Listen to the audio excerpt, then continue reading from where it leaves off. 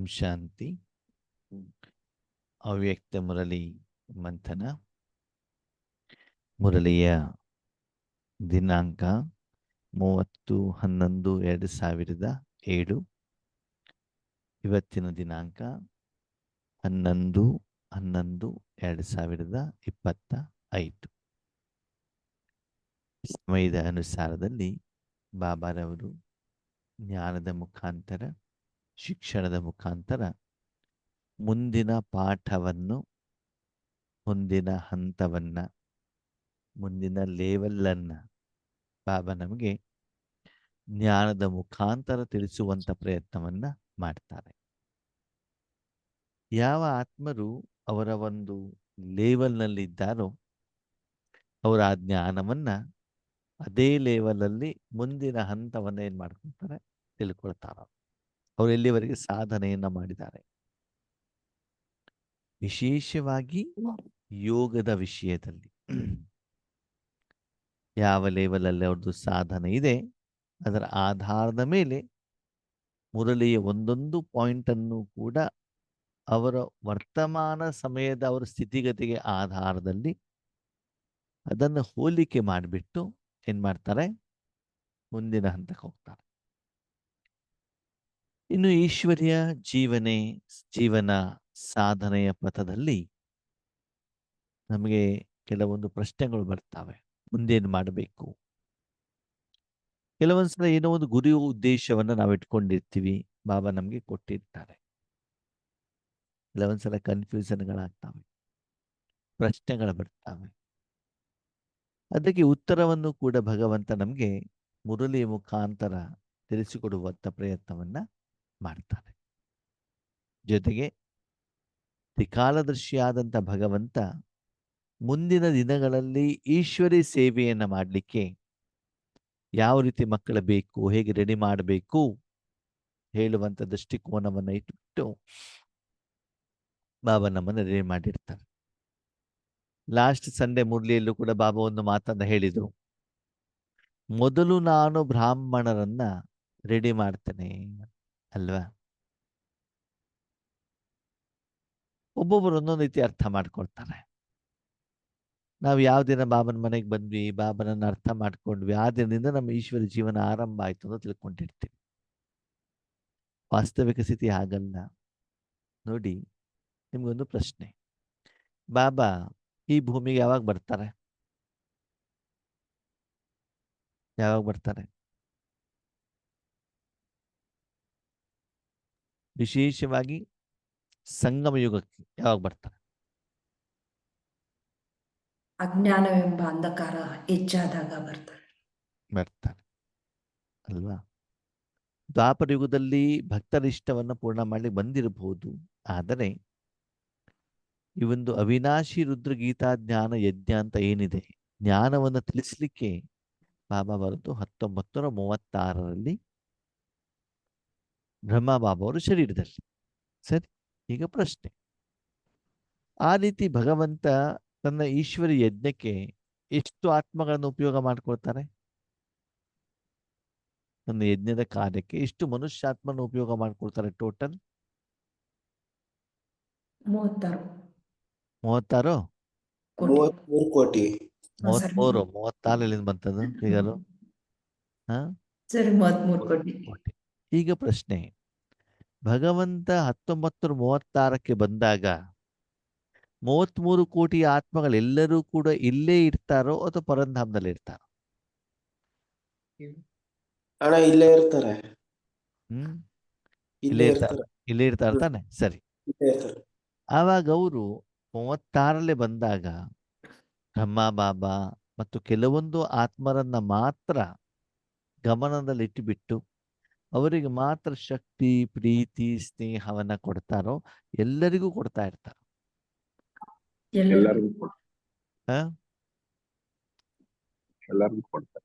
ಅದ ಹೆಂಗ್ ಗೊತ್ತಾಗ್ತದೆ ಎಲ್ಲರಿಗೂ ಕೊಡ್ತಿದ್ದಾರೆ ಅಂತ?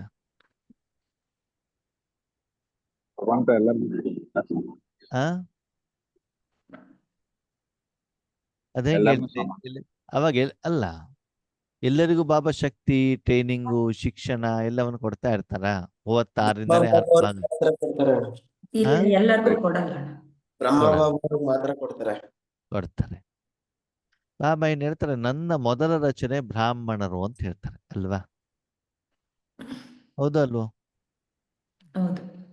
ಈಗ ನನ್ನ ಪ್ರಶ್ನೆ, ಹುಟ್ಟಿರುವಂತ ಮಗು ಹುಟ್ಟಿದ ತಕ್ಷಣದಲ್ಲಿ ಅವರಿಗೆ ನೀವು ABCD I ಕಲಿಸ್ಲಿಕ್ಕೆ ಸ್ಟಾರ್ಟ್ ಮಾಡ್ತೀರಾ? ಇಲ್ಲ. ಹುಟ್ಟಿದ ಮಗುಗೆನೆ I ಸ್ಟಾರ್ಟ್ ಮಾಡ್ತೀರಾ ನೀವು? ಶಿಕ್ಷಣ ಸ್ಟಾರ್ಟ್ ಮಾಡ್ತೀರಾ? ಅಥವಾ ಹುಟ್ಟಿರುವಂತ ಮಗುಗೆ ಹುಟ್ಟಿದ ತಕ್ಷಣದಲ್ಲಿ ಅಪ್ಪ ಯಾರು ಅಮ್ಮ ಯಾರು ಅಂತ ಗೊತ್ತಿರ್ತದ? ಗೊತ್ತಿರ್ತದ? ಇಲ್ಲ, ಇಲ್ಲ. ಗೊತ್ತಿರೋದಿಲ್ಲ. ಓಕೆ. ಆ ಮಗುವಿನ ಜನ್ಮ ಹೇಳೋದು ಯಾವಾಗಿಂದ ಆರಂಭ ಆಗ್ತದೆ? ಮಗುವಿನ ಅಸ್ತಿತ್ವ ಆರಂಭ ಆಗುದು ಯಾವಾಗ? ಆ ಕಾರ್ಯ ಆರಂಭ ಆಗುದು ಯಾವಾಗ? ಶರೀರ, ಹೊರಗಡೆ ನಾನು ಮಾತಾಡ್ತಾರೆ ಶಾರೀರಿಕವಾಗಿ. ಹಾ ಹ್ಮ್ ಹೇಳಿ. ಯಾವಾಗ? ಹೊಟ್ಟೆ ಹೊರಗಡೆ ಬಂದಾಗ. ಅಂತ ಇಲ್ಲ, ನಾಲ್ಕು ಗರ್ಭದಲ್ಲಿ ಪ್ರವೇಶ ಆದಾಗ ಗರ್ಭದಲ್ಲಿ ಯಾವಾಗ? 3 ತಿಂಗಳ ನಂತರ. 4 ತಿಂಗಳಾದ್ಮೇಲೆ 4 ತಿಂಗಳ ಮೊದಲು ಅದು ಪಿಂಡ ಆಗಿರುತ್ತೆ ಅಷ್ಟೇ. ಅವಾಗಲೂ ಅಲ್ಲಿ ರೆಡಿ ಆಗ್ಬೇಕೋ ಬೇಡವೋ? ಹೌದು. ಹೌದು. ರೆಡಿ ಆಗ್ಬೇಕು ತಾನೇ ಅದು. ಆತ್ಮ ಹೌದು. ಒಳಗಡೆ ಪ್ರವೇಶ ಮಾಡೋದು 4 ತಿಂಗಳಾದ್ಮೇಲೂ ಕೂಡ ಅದರ ಮೊದಲನೇ ಕಾರ್ಯ ಆರಂಭ ಆಗಿದೆಯಲ್ಲ. ಮದುವೆ ಆದ ಮೇಲೆ ಮಗು ಬೇಕು ಅಂತ ನಿರ್ಣಯ ಮಾಡಿದ ಮೇಲೆ ಆಗನಿಂದನೇ ಬೀಜ ಬಿದ್ದಿರೋದು ಯಾವಾಗ? ತಾಯಿ ತಂದೆ ಆ ಕಾರ್ಯವನ್ನು ಆರಂಭ ಮಾಡಿದ್ದು ಯಾವಾಗ? ಮಗು ಗೊತ್ತಿಲ್ಲದೆ ಇರಬಹುದು. ಮಗು ಗೊತ್ತಾಗೋದು ಯಾವಾಗ? ನಾನು ಇಂಥವರ ಮಗು ಅಂತ ಗೊತ್ತಾಗೋದು ಯಾವಾಗ? ಹೊರಗಡೆ ಬುದ್ಧಿ ಬಂದ ಮೇಲೆ. ಹೊರಗಡೆ ಬಂದ ಮೇಲೂ ಕೂಡ 1 ವರ್ಷನೋ 6 ತಿಂಗಳು 3 ತಿಂಗಳು ಆದ್ಮೇಲೆ ತಾನೇ ಗೊತ್ತಾಗತ್ತೆ. ಇವು ನಮ್ಮ ಅಪ್ಪ ಅಮ್ಮ, ನನ್ನ ಮಗು, ನನ್ನ ಗಂಡು, ನನ್ನ ಹೆಣ್ಣು ಅಂತ ಗೊತ್ತಾಗೋದು ಆಮೇಲೆ ತಾನೆ. ಆದರೆ ಆ ಮಗುವಿನ ಆರಂಭ ಯಾವಾಗಿಂದ? ಗರ್ಭದಲ್ಲಿ ಬಂದಾಗ. ಗರ್ಭಧಾರಣೆ ಆರಂಭ ಆದಾಗ ತಾಯಿ ತಂದೆ, ಹೌದಾ? ಅವಾಗ ಅಲ್ಲಿಂದನೇ ಆ ಮಗುವಿನ ಪಾಲನೆ, ಪೋಷಣೆ, ಜನ್ಮ. ಶಾರೀರಿಕವಾಗಿ ನಾನು ಕೇಳ್ತಾ ಇರೋದು, ಆತ್ಮಿಕವಾಗಿಲ್ಲ. ಅವಾಗಿಂದ ತಾನೇ ಆರಂಭ ಆಗಿರ್ತದೆ. ಹೌದು. ಅರ್ಥ ಆಯ್ತು ನಿಮ್ಗೆ ನಾನು ಏನ್ ಹೇಳ್ತಿದ್ದೀನಿ ಅಂತ? ಬಾಬಾ ಏನ್ ಹೇಳ್ತೀರ ಅರ್ಥ ಆಗ್ತಿದ್ಯಾ? ಮಗುಗೆ ಗೊತ್ತಾಗಲಿಕ್ಕೆ ಅದು ಸಮಯ ಹಿಡಿಯಬಹುದು. ಕೆಲವೊಂದು ಮಗು ಹೊರಗಡೆ ಪ್ರಪಂಚಕ್ಕೆ ಬಂದೂ ಕೂಡ ಅವರ ಮೈಂಡ್ ಸರಿ ಇಲ್ಲ ಅಂದ್ರೆ ಅವ್ರು ಒಪ್ಕೊಳ್ಳಿಕ್ಕೆ 5-6 ವರ್ಷನೇ ಹಿಡಿಯಬಹುದು. ಹೌದು ತಾನೆ? ಆದರೆ ಆ ಮಗುವಿನ ಅಸ್ತಿತ್ವ ಎಷ್ಟೋ ವರ್ಷದ ಮೊದಲು ಏನಾಗಿರ್ತದೆ, ಆರಂಭ ಆಗಿರ್ತದೆ. ಆ ಮಗುವಿಗೋಸ್ಕರ ಆ ತಂದೆ ತಾಯಿಗಳು ಕೊಡುವಂತ ಸಮಯ, ಶಕ್ತಿಗಳು. ಶರೀರ ನಿರ್ವಹಣೆ ಮಾಡ್ಲಿಕ್ಕೆ ಒಂದು ಶಕ್ತಿ ಬೇಕಲ್ವಾ? ಓಕೆ, ತಾಯಿ ಗರ್ಭದಲ್ಲಿ ಇದಾರ, ಹೌದು. ಅದ್ರ ತಾಯಿಗೆ ಊಟ ಕೊಡ್ಲಿಕ್ಕೆ ಅಪ್ಪ ಏನ್ ಮಾಡ್ಬೇಕು? ಸಂಪಾದನೆ ಮಾಡ್ಬಿಟ್ಟು ಆಹಾರ ತಂದು ಕೊಡ್ಬೇಕಲ್ವಾ? ಅವಾಗ ಅಪ್ಪ ಅಮ್ಮನ ಲಾಲನೆ ಪಾಲನೆ ಏನಾಗಿರ್ತದೆ? ಎಷ್ಟೋ ವರ್ಷದ ಮೊದಲು ಆರಂಭ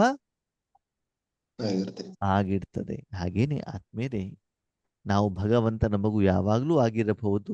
ಆದರೆ ಇಂಥ ಮಗುವನ್ನ ಈಶ್ವರಿ ಯಜ್ಞಕ್ಕೆ ನಾನು ಉಪಯೋಗ ಮಾಡಿಕೊಳ್ಬೇಕು ಅಂತ ಬಾಬಾರವರ ಆಯ್ಕೆ, ಪಾಲನೆ ಯಾವಾಗಿಂದ ಸ್ಟಾರ್ಟ್ ಆಗತ್ತೆ?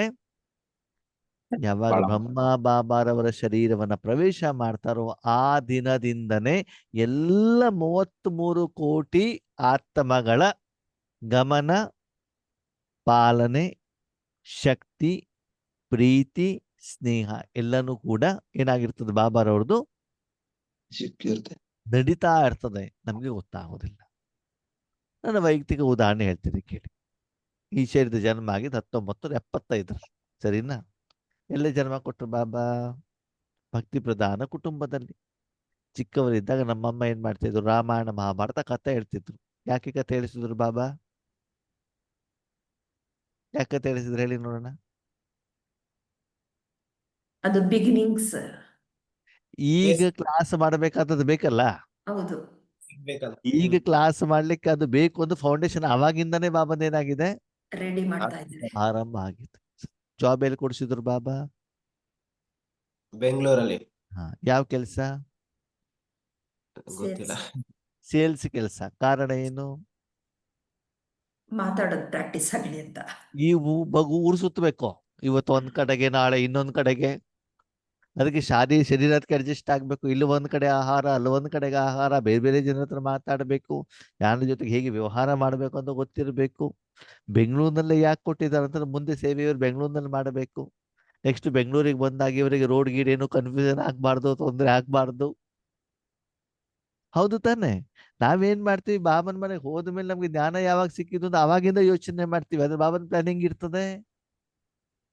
ಮೊದ್ಲೇ ಶಾರೀರಿಕವಾಗಿ, ಮಾನಸಿಕವಾಗಿ, ಸಾಮಾಜಿಕವಾಗಿ ಹೇಗೆ ಮಗು ರೆಡಿ ಆಗ್ಬೇಕು ಅಂತ ಬಾಬಾದವರಿಗೆ ಫ್ಯೂಚರ್ ಗೊತ್ತಿರುವಂತ ಕಾರಣದಿಂದ ಎಷ್ಟೋ ವರ್ಷದ ಮೊದಲಿಂದಲೇ ಇದೆಲ್ಲ ಕಾರ್ಯಗಳು ಏನಾಗಿರ್ತವೆ, ಆರಂಭ ಆಗಿರ್ತದೆ. ನಮಗೆ ಜ್ಞಾನ, ಶಕ್ತಿ, ಅನುಭವ ಇದೆಲ್ಲವನ್ನ ಬಾಬಾ ಆತ್ಮನಿಗೆ ಏನ್ ಮಾಡ್ತಾ ಹೋಗ್ತಾರೆ, ತುಂಬ್ತಾ ಇರ್ತಾರೆ. ಈಗ ನನ್ನ ಪ್ರಶ್ನೆ, ಯಾವಾಗ ನಮಗೆ ಜ್ಞಾನ ಕೊಡಬೇಕಾದ್ರೆ ಎಷ್ಟೋ ವರ್ಷ ಮೊದಲಿಂದ ಬಾಬನ ಪಾಲನೆ ನಡೀತಾ ಇರುತ್ತೋ ಇಲ್ವೋ? ಸತ್ಯ ಹೇಳಿ ಇವಾಗ. ನಡೀತಾ ಇರುತ್ತೆ. ಸರಿ, ಭವಿಷ್ಯದಲ್ಲಿ ಈ ಮಗು ಹೇಗೆ ಆಗ್ಬೇಕು ಹೇಳುವಂತ ಟ್ರೈನಿಂಗ್ ಈಗಿನಿಂದ ನಡೀತಾ ಇರ್ತದೋ ಇಲ್ವೋ? ನಡೀತಾ ಇರುತ್ತೆ. ನಾನು ಇವತ್ತು MBBS ಕಾಲೇಜಿಗೆ ಹೋದ ತಕ್ಷಣದಲ್ಲಿ ಏನ್ ಡಾಕ್ಟರ್ ಆಗೋದಿಲ್ವಲ್ಲ. ಈಗ ನಾನು ಟ್ರೈನಿಂಗ್ ತಗೊಂಡು ಎಷ್ಟೋ ವರ್ಷ ಆದ್ಮೇಲೆ ನಾನೇನಾಗ್ತಾನೆ, MBBS ಡಾಕ್ಟರ್ ಆಗ್ತಾನೆ. ಹೌದು ತಾನೇ? ಹಾಗೆ ಇಲ್ಲೂ ಕೂಡ ಯಜ್ಞದಲ್ಲಿ ಭವಿಷ್ಯದಲ್ಲಿ ಯಜ್ಞಕ್ಕೆ ಸಂಬಂಧಪಟ್ಟಂತ ಪೋಸ್ಟ್ ಅನ್ನ ಮನದಲ್ಲಿ ಇಟ್ಟುಕೊಂಡು ಬಾಬಾ ಮಕ್ಕಳನ್ನ ಏನ್ ಮಾಡ್ತಾರೆ, ತಯಾರು ಮಾಡ್ತಿರ್ತಾರೆ. ತಯಾರು ಮಾಡ್ತಾರೆ. ಅದಕ್ಕಾಗಿ ಇವತ್ತಿನ ಪೋಸ್ಟ್ ಅನ್ನ ಮಾತ್ರ ನೀವು ಮನಸ್ಸಲ್ಲಿ ಗಮನದಲ್ಲಿ ಇಟ್ಕೊಳ್ಬೇಡಿ. ಬಾಬಾ ನಮಗೆ 5,000 ವರ್ಷದ ನಾಟಕವನ್ನ, ಜ್ಞಾನವನ್ನ ಕೊಟ್ಟಿದ್ದಾರೆ. ಭವಿಷ್ಯದಲ್ಲೂ ಕೆಲವೊಂದು ಪೋಸ್ಟ್ಗಳು ಏನಾಗ್ತವೆ, ಬರ್ತವೆ ಅಲ್ವಾ? ನೋಡಿ, ನೀವು ಬೇಕಾದ್ರೆ ಅಬ್ಸರ್ವೇಷನ್ ಮಾಡಿ, ಹಳೆ ಬರೀತಿರಲ್ಲ, ಮೊದ್ಲೆಲ್ಲ ಈಶ್ವರಿ ವಿಶ್ವವಿದ್ಯಾಲಯಕ್ಕೆ ನಾವು ಹೋದ್ರೆ ನಮ್ಗೆ ಸಿಗೋದು ಯಾವುದು, ಮೂರಲ್ಲಿ ಟ್ರಾನ್ಸ್ಲೇಷನ್ ಅಷ್ಟೇ ಸಿಗ್ತಾ ಇತ್ತು ಅಲ್ವಾ? ಈವನ್ ಮೌಂಟ್ ಅಬುಗೆ ಹೋದಾಗ್ಲೂ ಕೂಡ ಬಾಬಾ ಮಮ್ಮ ಅವರು ಅಷ್ಟೇ ಮಾಡ್ತಾ ಇದ್ರು. ಆಮೇಲೆ ಒಂದೊಂದು ವಿಷಯದ ಬಗ್ಗೆ ಏನಾಗ್ತಾ ಹೋಯ್ತು, ಡೆಪ್ತ್ ಅಲ್ಲಿ ಅದರ ಅರ್ಥ ಸಿಗ್ತಾ ಹೋಯ್ತು. ಈಗ ಸೇವಾ ಕೇಂದ್ರಗಳಲ್ಲೂ ಕೂಡ ಬಟ್ಟಿ ಅಂತ ಮಾಡ್ಬಿಟ್ಟು ಅಂತ ಸ್ಪೆಷಲ್ ಅವಕಾಶಗಳು ಎಲ್ಲಿ ಸಿಗ್ತಾ ಇದ್ದಾವೆ, ಸೇವಾ ಕೇಂದ್ರದಲ್ಲಿ ಸಿಗ್ತಾ ಇದ್ದಾವಲ್ವಾ? ಮೊದಲು ಮಿಲನ ಅಂತನ್ನೋದು ಎಲ್ಲಿತ್ತು, ಪಾಂಡವ ಭವನಕ್ಕೆ ಹೋದ್ರೆ ಮಾತ್ರ ಅಲ್ವಾ? ಇವತ್ತು ನಾವು ಮನೇಲಿ ಕುತ್ಕೊಂಡ್ಬಿಟ್ಟು ಕೂಡ ಏನ್ ಮಾಡ್ಬೋದು, ಮಿಲನ ಮಾಡ್ಬೋದು. ಮಾಡ್ಬೋದು. ರೆಕಾರ್ಡೆಡ್ CD ತಗೊಂಡ್ಬಿಟ್ಟು ನಮ್ಗೆ ಬೇಕಾದವಾಗ್ಲೂ ನಾವು ಮಿಲನವನ್ನ ಮಾಡ್ಕೊಡ್ಬೋದು. ರೆಡಿಮೇಡ್ ಮುರಳಿಗಳು ಕೈಯಲ್ಲಿ ಇದ್ದಾವೆ, ಪುಸ್ತಕದಲ್ಲೂ ಇದ್ದಾವೆ, ಮೊಬೈಲ್ ಅಲ್ಲೂ ಕೂಡ ಇದ್ದಾವೆ ಅಲ್ವಾ? ಅಂದ್ಮೇಲೆ ಎಲ್ಲ ಸೇವೆ ಸ್ಟೈಲ್ ಇವತ್ತೇನಾಗಿದೆ, ಚೇಂಜ್ ಆಗಿದೆ. ಚೇಂಜ್ ಆಗಿದೆ. ಅವಾಗ ಅದಕ್ಕೆ ಸ್ಪೆಷಲ್ ಕ್ಲಾಸ್ ಮಾಡ್ಲಿಕ್ಕೆ ಬಾಬಾ ಸ್ಪೆಷಲ್ ಆತ್ಮಗಳನ್ನ ರೆಡಿ ಮಾಡಿದಾರ ಇಲ್ವೋ? ಮಾಡಿದ್ದಾರೆ. ಫಿಲ್ಮ್ಗಳ ಮೂಲಕನ ಇರ್ಬೋದು, ಸ್ಪೆಷಲ್ ಹೊಸ ಹೊಸ ರೀತಿ. ಇವಾಗ ನೋಡಿ, ನಾವು 7 days ಕೋರ್ಸ್ ತಗೊಂಡಾಗ ಬುಕ್ ಬೇರೆನೇ ಇತ್ತು. ಇವಾಗ ಏನಾಗಿದೆ, ಚೇಂಜಸ್ ಆಗ್ತಾನೆ ಇದೆ. ಚಿತ್ರಗಳು ಓದಿದ್ದು ಎಲ್ಲಗಳು ಏನಾಗಿದಾವೆ, ವರ್ತಮಾನ ಸಮಯಕ್ಕೆ ಅನುಸಾರದಲ್ಲಿ ಚಿತ್ರಗಳು ಕೂಡ ಒಬ್ಬೊಬ್ರು ಒಂದೊಂದು ರೀತಿ ಏನ್ ಮಾಡ್ತಿದ್ದಾರೆ, ಅಪ್ಡೇಟ್ ಆಗ್ತಾ ಇದೆ. ತರ್ತಾ ಇದ್ದಾರೆ. ಹೌದಲ್ವಾ? ಹಾಗೆ ಆತ್ಮೀಯರೇ, ಈ ಈಶ್ವರ ಜೀವನ ಹೇಳುವಂಥದ್ದು ಕೇವಲ ವರ್ತಮಾನಕ್ಕೆ ಮಾತ್ರ ಹೋಲಿಕೆ ಮಾಡ್ಕೊಳ್ಬೇಡಿ. ಭಗವಂತನಿಗೆ ತ್ರಿಕಾಲದರ್ಶಿ ಅಂತ ಹೇಳುವಂತ ಕಾರಣದಿಂದ ನಿಮ್ಮನ್ನ ಭಗವಂತ ಮುಂದಿನ ದಿನಗಳಲ್ಲಿ ಯಾವ ರೀತಿ ಉಪಯೋಗ ಮಾಡ್ಲಿಕ್ಕೆ ಇಷ್ಟಪಡ್ತಾ ಇದ್ದಾರೆ. ಆಕ್ಚುಲಿ ಭಗವಂತನಿಗೆ ನಮ್ಮ ಅವಶ್ಯಕತೆ ಇರೋದು ಈಗಲೂ ಭವಿಷ್ಯಕ್ಕೂ. ಈಗ ಈಗ ವಿಶ್ವದಾದ್ಯಂತ ಎಷ್ಟು ಜನ ಬಾಬನ್ ಮಕ್ಕಳು ಇರಬಹುದು ಅಂದಾಜು? ಎಷ್ಟಿರ್ಬೋದು? 33 ಕೋಟಿ ಅಷ್ಟೇ ಅಲ್ವ? ಅದಲ್ಲ, ಈ ಜ್ಞಾನ ತಗೊಂಡಂತವ್ರು ಎಷ್ಟು ಜನ ಇದ್ದಾರೆ? ಬ್ರಹ್ಮಕುಮಾರ ಕುಮಾರಿ ಜೀವನವನ್ನು ಫಾಲೋ ಮಾಡುವಂತವ್ರು ಎಷ್ಟು ಜನ ಇರ್ಬೋದು?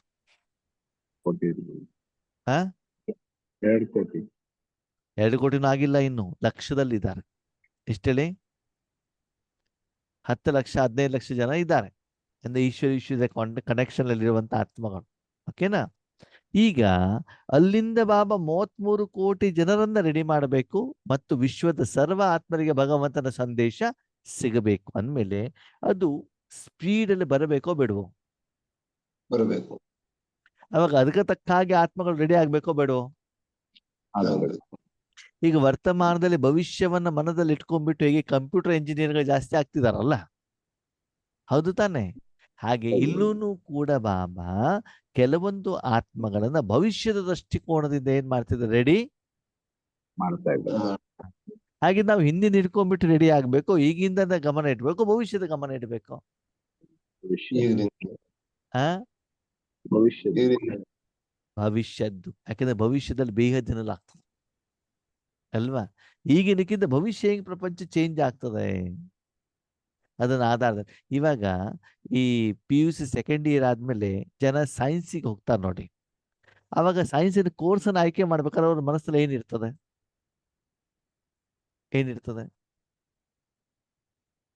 ಕೆಲವೊಂದು ಓಲ್ಡ್ ಡೇಟೆಡ್ ಕೋರ್ಸ್ಗಳು ಇರ್ತವೆ, ಕೆಲವೊಂದು ಮುಂದೆ ಅವಶ್ಯಕತೆ ಇರುವಂತ ಕೋರ್ಸ್ಗಳು ಇರ್ತವೆ. ಜನ ಯಾವ್ದನ್ನ ಆಯ್ಕೆ ಮಾಡ್ತಾರೆ? ಮುಂದೆ ಯಾವ್ದು ಇರುತ್ತೋ ಅದು. ಆ ಮುಂದೆ ಯಾವ್ದು ಭವಿಷ್ಯಕ್ಕೆ ಯಾವ್ದು ಉಪಯೋಗ ಬರುತ್ತೋ ಅದನ್ನ ಆಯ್ಕೆ ಮಾಡಿ. ಓಕೆ, ನಂದೊಂದು ಪ್ರಶ್ನೆ. ಪ್ರಪಂಚದಲ್ಲಿ ಇವತ್ತು ಅಪರಾಧಗಳು ನಡೀತಾ ಇದ್ದಾವೋ ಇಲ್ವೋ? ಜಾಸ್ತಿ ನಡೀತಾ ಸರಿ. ಈಗ ಈ ಅಪರಾಧ, ಸ್ಥೂಲ ಅಪರಾಧಗಳು ಜಾಸ್ತಿ ನಡೀತಾ ಇದ್ದಾವೆ, ಸೈಬರ್ ಅಪರಾಧಗಳು ಜಾಸ್ತಿ ನಡೀತಾ ಇದ್ದಾವೆ. ಸೈಬರ್ ಅವಾಗ ಭವಿಷ್ಯದಲ್ಲಿ ಯಾರ ಅವಶ್ಯಕತೆ ಜಾಸ್ತಿ ಇರ್ತದೆ? ಸೈಬರ್ ಇಂಟರ್ನೆಟ್ ಯೂಸ್ ಮಾಡಂತ. ಅಲ್ವಾ? ಅವಾಗ ಅದಕ್ಕೆ ಸಂಬಂಧಪಟ್ಟಂತ ಕೋರ್ಸ್ ಅದೇ ಜನ ತಗೊಳ್ತಾರಲ್ವಾ? ಆ ಅಪರಾಧ ಜಾಸ್ತಿ ಆಗ್ತಾ ಇದೆ ಅಂತಂದ್ರೆ ಅದಕ್ಕೆ ಅಲ್ಲಿ ಅವಕಾಶ ಇದೆ ಅಲ್ವಾ? ಈಗಿನ ಜನ ಕಂಪ್ಯೂಟರ್ ಕಲ್ತಿಲ್ಲ ಅಂತಂದ್ರೆ ಅವ್ರಿಗೆ ಜಾಬ್ ಸಿಗೋದೇನಾಗ್ಬಿಡ್ತದೆ? ಕಷ್ಟ ಆಗ್ತದೆ. ಓಕೆ, ಸರಿ. ನಾವು ಚಿಕ್ಕವರಿದ್ದಾಗ ಟೈಪ್ ರೈಟಿಂಗ್ ಮಾಡುವಂಥವ್ರಿಗೆ ಜಾಬ್ ಸಿಗ್ತಿತ್ತು ಅಲ್ವಾ? ಅದನ್ನು ಗಮನದಲ್ಲಿ ಇಟ್ಬಿಟ್ಟು ಇವಾಗ ಯಾರಾದ್ರೂ ಟೈಪ್ ರೈಟಿಂಗ್ ಮಷಿನ್ ಕಲಿತಾರ? ಕಲಿಯೋದಿಲ್ಲ. ಯಾಕೆ? ಅದಕ್ಕೆ ಅದು ಔಟ್ಡೇಟೆಡ್ ಆಗಿಬಿಡುತ್ತೆ ಇವಾಗ. ಏನಾಯ್ತು ಇವಾಗ? ಔಟ್ಡೇಟೆಡ್. ಓಕೆ, ನಾವೆಲ್ಲ ಚಿಕ್ಕವರು ಪಾಟಿಯಲ್ಲಿ ಆ ಈ ಬರ್ದವರು, ಹೌದಾ? ಈಗ ಯಾರಾದ್ರು ಪಾಟಿ ಹೌದು. ಇಟ್ಕೊಳ್ತಾರ? ಈಗಿನ ಮಕ್ಕಳು ಪಾಟಿ ಅಂತಂದ್ರೆ ಏನು ಅಂತ ಕೇಳ್ತಾರೆ. ಪಾಟಿ, ಸ್ಲೇಟು ಅಂತಂದ್ರೆ ಏನು ಅಂತ ಕೇಳ್ತಾರೆ. ಯಾಕಂದ್ರೆ ಇವಾಗ ಸ್ಟೈಲ್ ಏನಾಗಿದೆ? ಚೇಂಜ್ ಚೇಂಜ್ ಆಗಿದೆ. ಆಮೇಲೆ ಪೆನ್ಸಿಲ್ ಬಂತು. ಈಗ ಪೆನ್ಸಿಲ್ ಕೂಡ ಹೋಯ್ತು. ಡೈರೆಕ್ಟ್ ಏನ್ ಇವಾಗ? ಪೆನ್ನು. Pen. ಈಗ ಪೆನ್ನು, ಬುಕ್ಕು ಹೊರಟೋಯ್ತು. ಏನ್ ಬಂತು ಇವಾಗ? Computer laptop computer. ಮನೇಲೆ ಕೂತ್ಕೊಂಡ್ಬಿಟ್ಟು ಇನ್ನು ಸ್ವಲ್ಪ ದಿನ ಹೋದ್ರೆ ಏನಾಗ್ತದೆ? ವರ್ಕ್ ಫ್ರಮ್ ಹೋಮ್ ಸ್ಟಾರ್ಟ್ ಆಗ್ತದೆ. ಆಲ್ರೆಡಿ ಸ್ಕೂಲಿಗೆ ಬರಬೇಕು, ಸ್ಕೂಲ್ ಒಂದು ಬಿಲ್ಡಿಂಗ್ ಕಟ್ಟಬೇಕು, ಅದ್ರಲ್ಲಿ ಫೀಸ್ ತಗೊಳ್ಬೇಕಾಗಿ ವರ್ಕ್ ಫ್ರಮ್ ಹೋಮ್. ನಿಮ್ಗೆ ಮೆಟರ್ ಕೊಡ್ತೀವಿ, ಟೀಚರ್ಸ್ ಅವ್ರ ಮನೆಯಿಂದಾನೇ ಏನು ಮಾಡ್ತಾರೆ? ಪಾಠ ಮಾಡ್ತಾರೆ. ಗೂಗಲ್ನಲ್ಲಿ, ಇದರಲ್ಲಿ ಯಾವುದು ಝೂಮಲ್ಲಿ ಅಥವಾ ಬೇರೆ ಯಾವುದಲ್ಲೋ ಇವೆಲ್ಲ ಶಿಕ್ಷಣವನ್ನ ಏನ್ ಮಾಡ್ಬೋದು? ಪಡ್ಕೊಳ್ಬಹುದು. ಅವಾಗ ಜನ ಯಾವ್ದನ್ನ ಆಯ್ಕೆ ಮಾಡ್ತಾರೆ? ಆನ್ಲೈನ್. ಇವತ್ತು ವರ್ಕ್ ಫ್ರಮ್ ಹೋಮ್ ಇಷ್ಟಪಡ್ತಿದಾರೋ ಆಫೀಸ್ ಹೋಗ್ಬಿಟ್ಟು ಕೆಲಸ ಮಾಡ್ಲಿಕ್ಕೆ ಇಷ್ಟಪಡ್ತಾರೆ ಬೆಂಗಳೂರು ಅಂತ ಊರುಗಳಲ್ಲಿ? ವರ್ಕ್ ಫ್ರಮ್ ಯಾಕೆ? ಮನೆಯಲ್ಲೂ ಕೆಲಸ ಮಾಡ್ಕೋಬಹುದು, ಆಫೀಸ್ ಕೆಲಸನೂ ಮಾಡ್ಬೋದು. ಪತಿ ಒಂದ್ ಕಡೆ ಕೆಲಸ ಮಾಡ್ತಿರ್ತಾರೆ, ಮಕ್ಕಳು ಒಂದ್ ಕಡೆ ಕೆಲಸ ಮಾಡ್ತಿರ್ತಾರೆ, ಪತ್ನಿ ಒಂದ್ ಕಡೆ ಕೆಲಸ ಮಾಡ್ತಿದ್ದಾರೆ, ಟ್ರಾಫಿಕ್ ಜಾಮು ಅಲ್ವಾ? ಕಂಪ್ನಿಯವರಿಗೂ ಒಳ್ಳೇದು, ಇವರಿಗೂ ಒಳ್ಳೇದು. ಅದಕ್ಕಾಗಿ ವರ್ಕ್ ಫ್ರಮ್ ಹೋಮ್ ಅನ್ನ ಏನ್ ಮಾಡ್ತಾರೆ? ಇಷ್ಟ ಪಡ್ತಾರೆ. ಹಾಗೆ ಅದೇ ನಿಯಮ ಇಲ್ಲೂ ಕೂಡ ಅಪ್ಲಿಕೇಶನ್ ಆಗತ್ತೆ. ಅದಕ್ಕಾಗಿ ಅದನ್ನ ದೃಷ್ಟಿಕೋನದಲ್ಲಿ ಇಟ್ಕೊಂಡ್ಬಿಟ್ಟು ವರ್ತಮಾನ ಸಮಯದಲ್ಲಿ ಬಾಬಾರವರದು ಏನಾಗ್ತದೆ? ಮುರಳಿಗಳು ನಡೀತಾ ಇರ್ತವೆ. ಆವಾಗ ಎದುರುಗಡೆ ಕುಂತಿರುವಂತ ವಿದ್ಯಾರ್ಥಿ ತನ್ನ ಮನೋಸ್ಥಿತಿನ ಹೆಂಗೆ ಇಟ್ಕೊಂಡಿದ್ದಾನೋ ಅದಕ್ಕೆ ತಕ್ಕ ಹಾಗೆ ಇದನ್ನ ಅರ್ಥವನ್ನ ಮಾಡ್ತಾ ಹೋಗ್ತಾರೆ. ಕೆಲವೊಬ್ರು ಏನ್ ಮಾಡ್ತಾರೆ? ಮುರಳಿಯನ್ನ ಚಿಕ್ಕವರಿದ್ದಾಗ ಹಿಂಗಿತ್ತು, ಯಜ್ಞ ಹಿಂಗಿತ್ತು, ನಮ್ಮ ಬಾಬಾ ಕಾಲದಲ್ಲಿ ಹೀಗಿತ್ತು, ನಾವು ಸಣ್ಣವರಿದ್ದಾಗ ಹೀಗೆ ಮಾಡಿದ್ವಿ, ಯಜ್ಞದ ಆರಂಭದಲ್ಲಿ ಹಿಂಗ್, ಅದಕ್ಕೆ ಕಂಪ್ಯಾರಿಸನ್ ಮಾಡ್ಕೊಂಡು ಹೋಗ್ತಾ ಇರ್ತಾರೆ ಹಿಂದಿಂದಕ್ಕೆ, ಪಾಸ್ಟ್. ಕೆಲವೊಬ್ರು ವರ್ತಮಾನಕ್ಕೆ ಹೋಲಿಕೆ ಮಾಡ್ಕೊಂಡು ಹೋಗ್ತಾ ಇರ್ತಾರೆ, ಕೆಲವೊಬ್ರು ಅವ್ರ ಸಮಸ್ಯೆಗಳಿಗೆ ಹೋಲಿಕೆ ಮಾಡ್ಕೊಂಡು ಹೋಗ್ತಾ ಇರ್ತಾರೆ, ಕೆಲವೊಬ್ರು ಭವಿಷ್ಯವನ್ನ ಎದುರುಗಡೆ ಇಟ್ಬಿಟ್ಟು ಏನ್ ಮಾಡ್ತಿರ್ತಾರೆ? ಹೋಲಿಕೆ ಮಾಡ್ಕೊಂಡು ಹೋಗ್ತಾ ಇರ್ತಾರೆ. ಅದಕ್ಕೆ ನಿಮ್ಮನ್ನು ನೀವು ಚೆಕ್ ಮಾಡ್ಕೊಳ್ಳಿ, ನೀವು ಮುರಳಿಯನ್ನ ಯಾವ್ದಕ್ಕೆ ಹೋಲಿಕೆ ಮಾಡ್ಕೊಂಡು ಹೋಗ್ತಾ ಇದ್ದಾರೆ. ಕೆಲವರು ಸ್ವಾರ್ಥಕ್ಕೆ ಹೋಲಿಕೆ ಮಾಡ್ತಾರೆ. ನಾ ಲಕ್ಷ್ಮೀನಾರಾಯಣ ಆಗ್ಲಿಕ್ಕೆ ಏನ್ ಬೇಕು? ನನ್ನ ವಿಕರ್ಮ ವಿನಾಶ ಆಗ್ಲಿಕ್ಕೆ ಹೇಳ್ಬೇಕು. ಇನ್ನು ಕೆಲವರು ಸೇವಾ ಮನೋಭಾವ, ಇನ್ನು ಕೆಲವರು ಬೇಗದ್ದಿನ ಸೇವಾ ಮನೋಭಾವ. ಅಂದ್ರೆ ಅವರ ಗುರಿ ಉದ್ದೇಶ ಏನಿದೆಯೋ, ನಾಟಕದಲ್ಲಿ ಅವರ ಪಾತ್ರ ಏನಿದೆಯೋ ಅದರ ಆಧಾರದಲ್ಲಿ ಏನಾಗ್ತಾ ಹೋಗ್ತದೆ? ಮುರಳಿಯನ್ನ ಬೇರೆ ಬೇರೆ ಆತ್ಮಗಳು ಬೇರೆ ಬೇರೆ ರೀತಿಯಲ್ಲಿ ಅರ್ಥ ಮಾಡ್ಕೊಳ್ತಾರೆ. ಸರಿ, ಈ ಮುರಳಿಯಲ್ಲಿ ಬಾಬಾ ಏನ್ ಹೇಳ್ತಿದ್ದಾರೆ? सत्यता और पवित्रता की शक्ति को स्वरूप में लाते बालक और मालिकपन का बैलेंस रखो. ಸತ್ಯತೆ ಮತ್ತು ಪವಿತ್ರತೆಯ ಶಕ್ತಿಯ ಸ್ವರೂಪವನ್ನ ಕಾರ್ಯದಲ್ಲಿ ತರ್ತಾ ಬಾಲಕ ಮತ್ತು ಮಾಲೀಕತನದ ಬ್ಯಾಲೆನ್ಸ್ ಅನ್ನ ಮಾಡ್ಕೊಳ್ಳಿ. ಸತ್ಯತೆ ಯಾವುದು? ಯಾವುದು ಸತ್ಯತೆ? ಪವಿತ್ರವಾಗಿರೋದೇ ಸತ್ಯತೆ. ಪವಿತ್ರತೆ ಬೇರೆ, ಸತ್ಯತೆ ಬೇರೆ. सत्यता और पवित्रता का शक्ति. ಸತ್ಯತೆ ಇದೆ ಅಂದ್ಮೇಲೆ ಅಲ್ಲೊಂದು ಸುಳ್ಳು ಕೂಡ ಇದೆ ಅಂತ ಆಯ್ತಲ್ವಾ? ಸತ್ಯ ಸು- ಆತ್ಮ ಹಾ?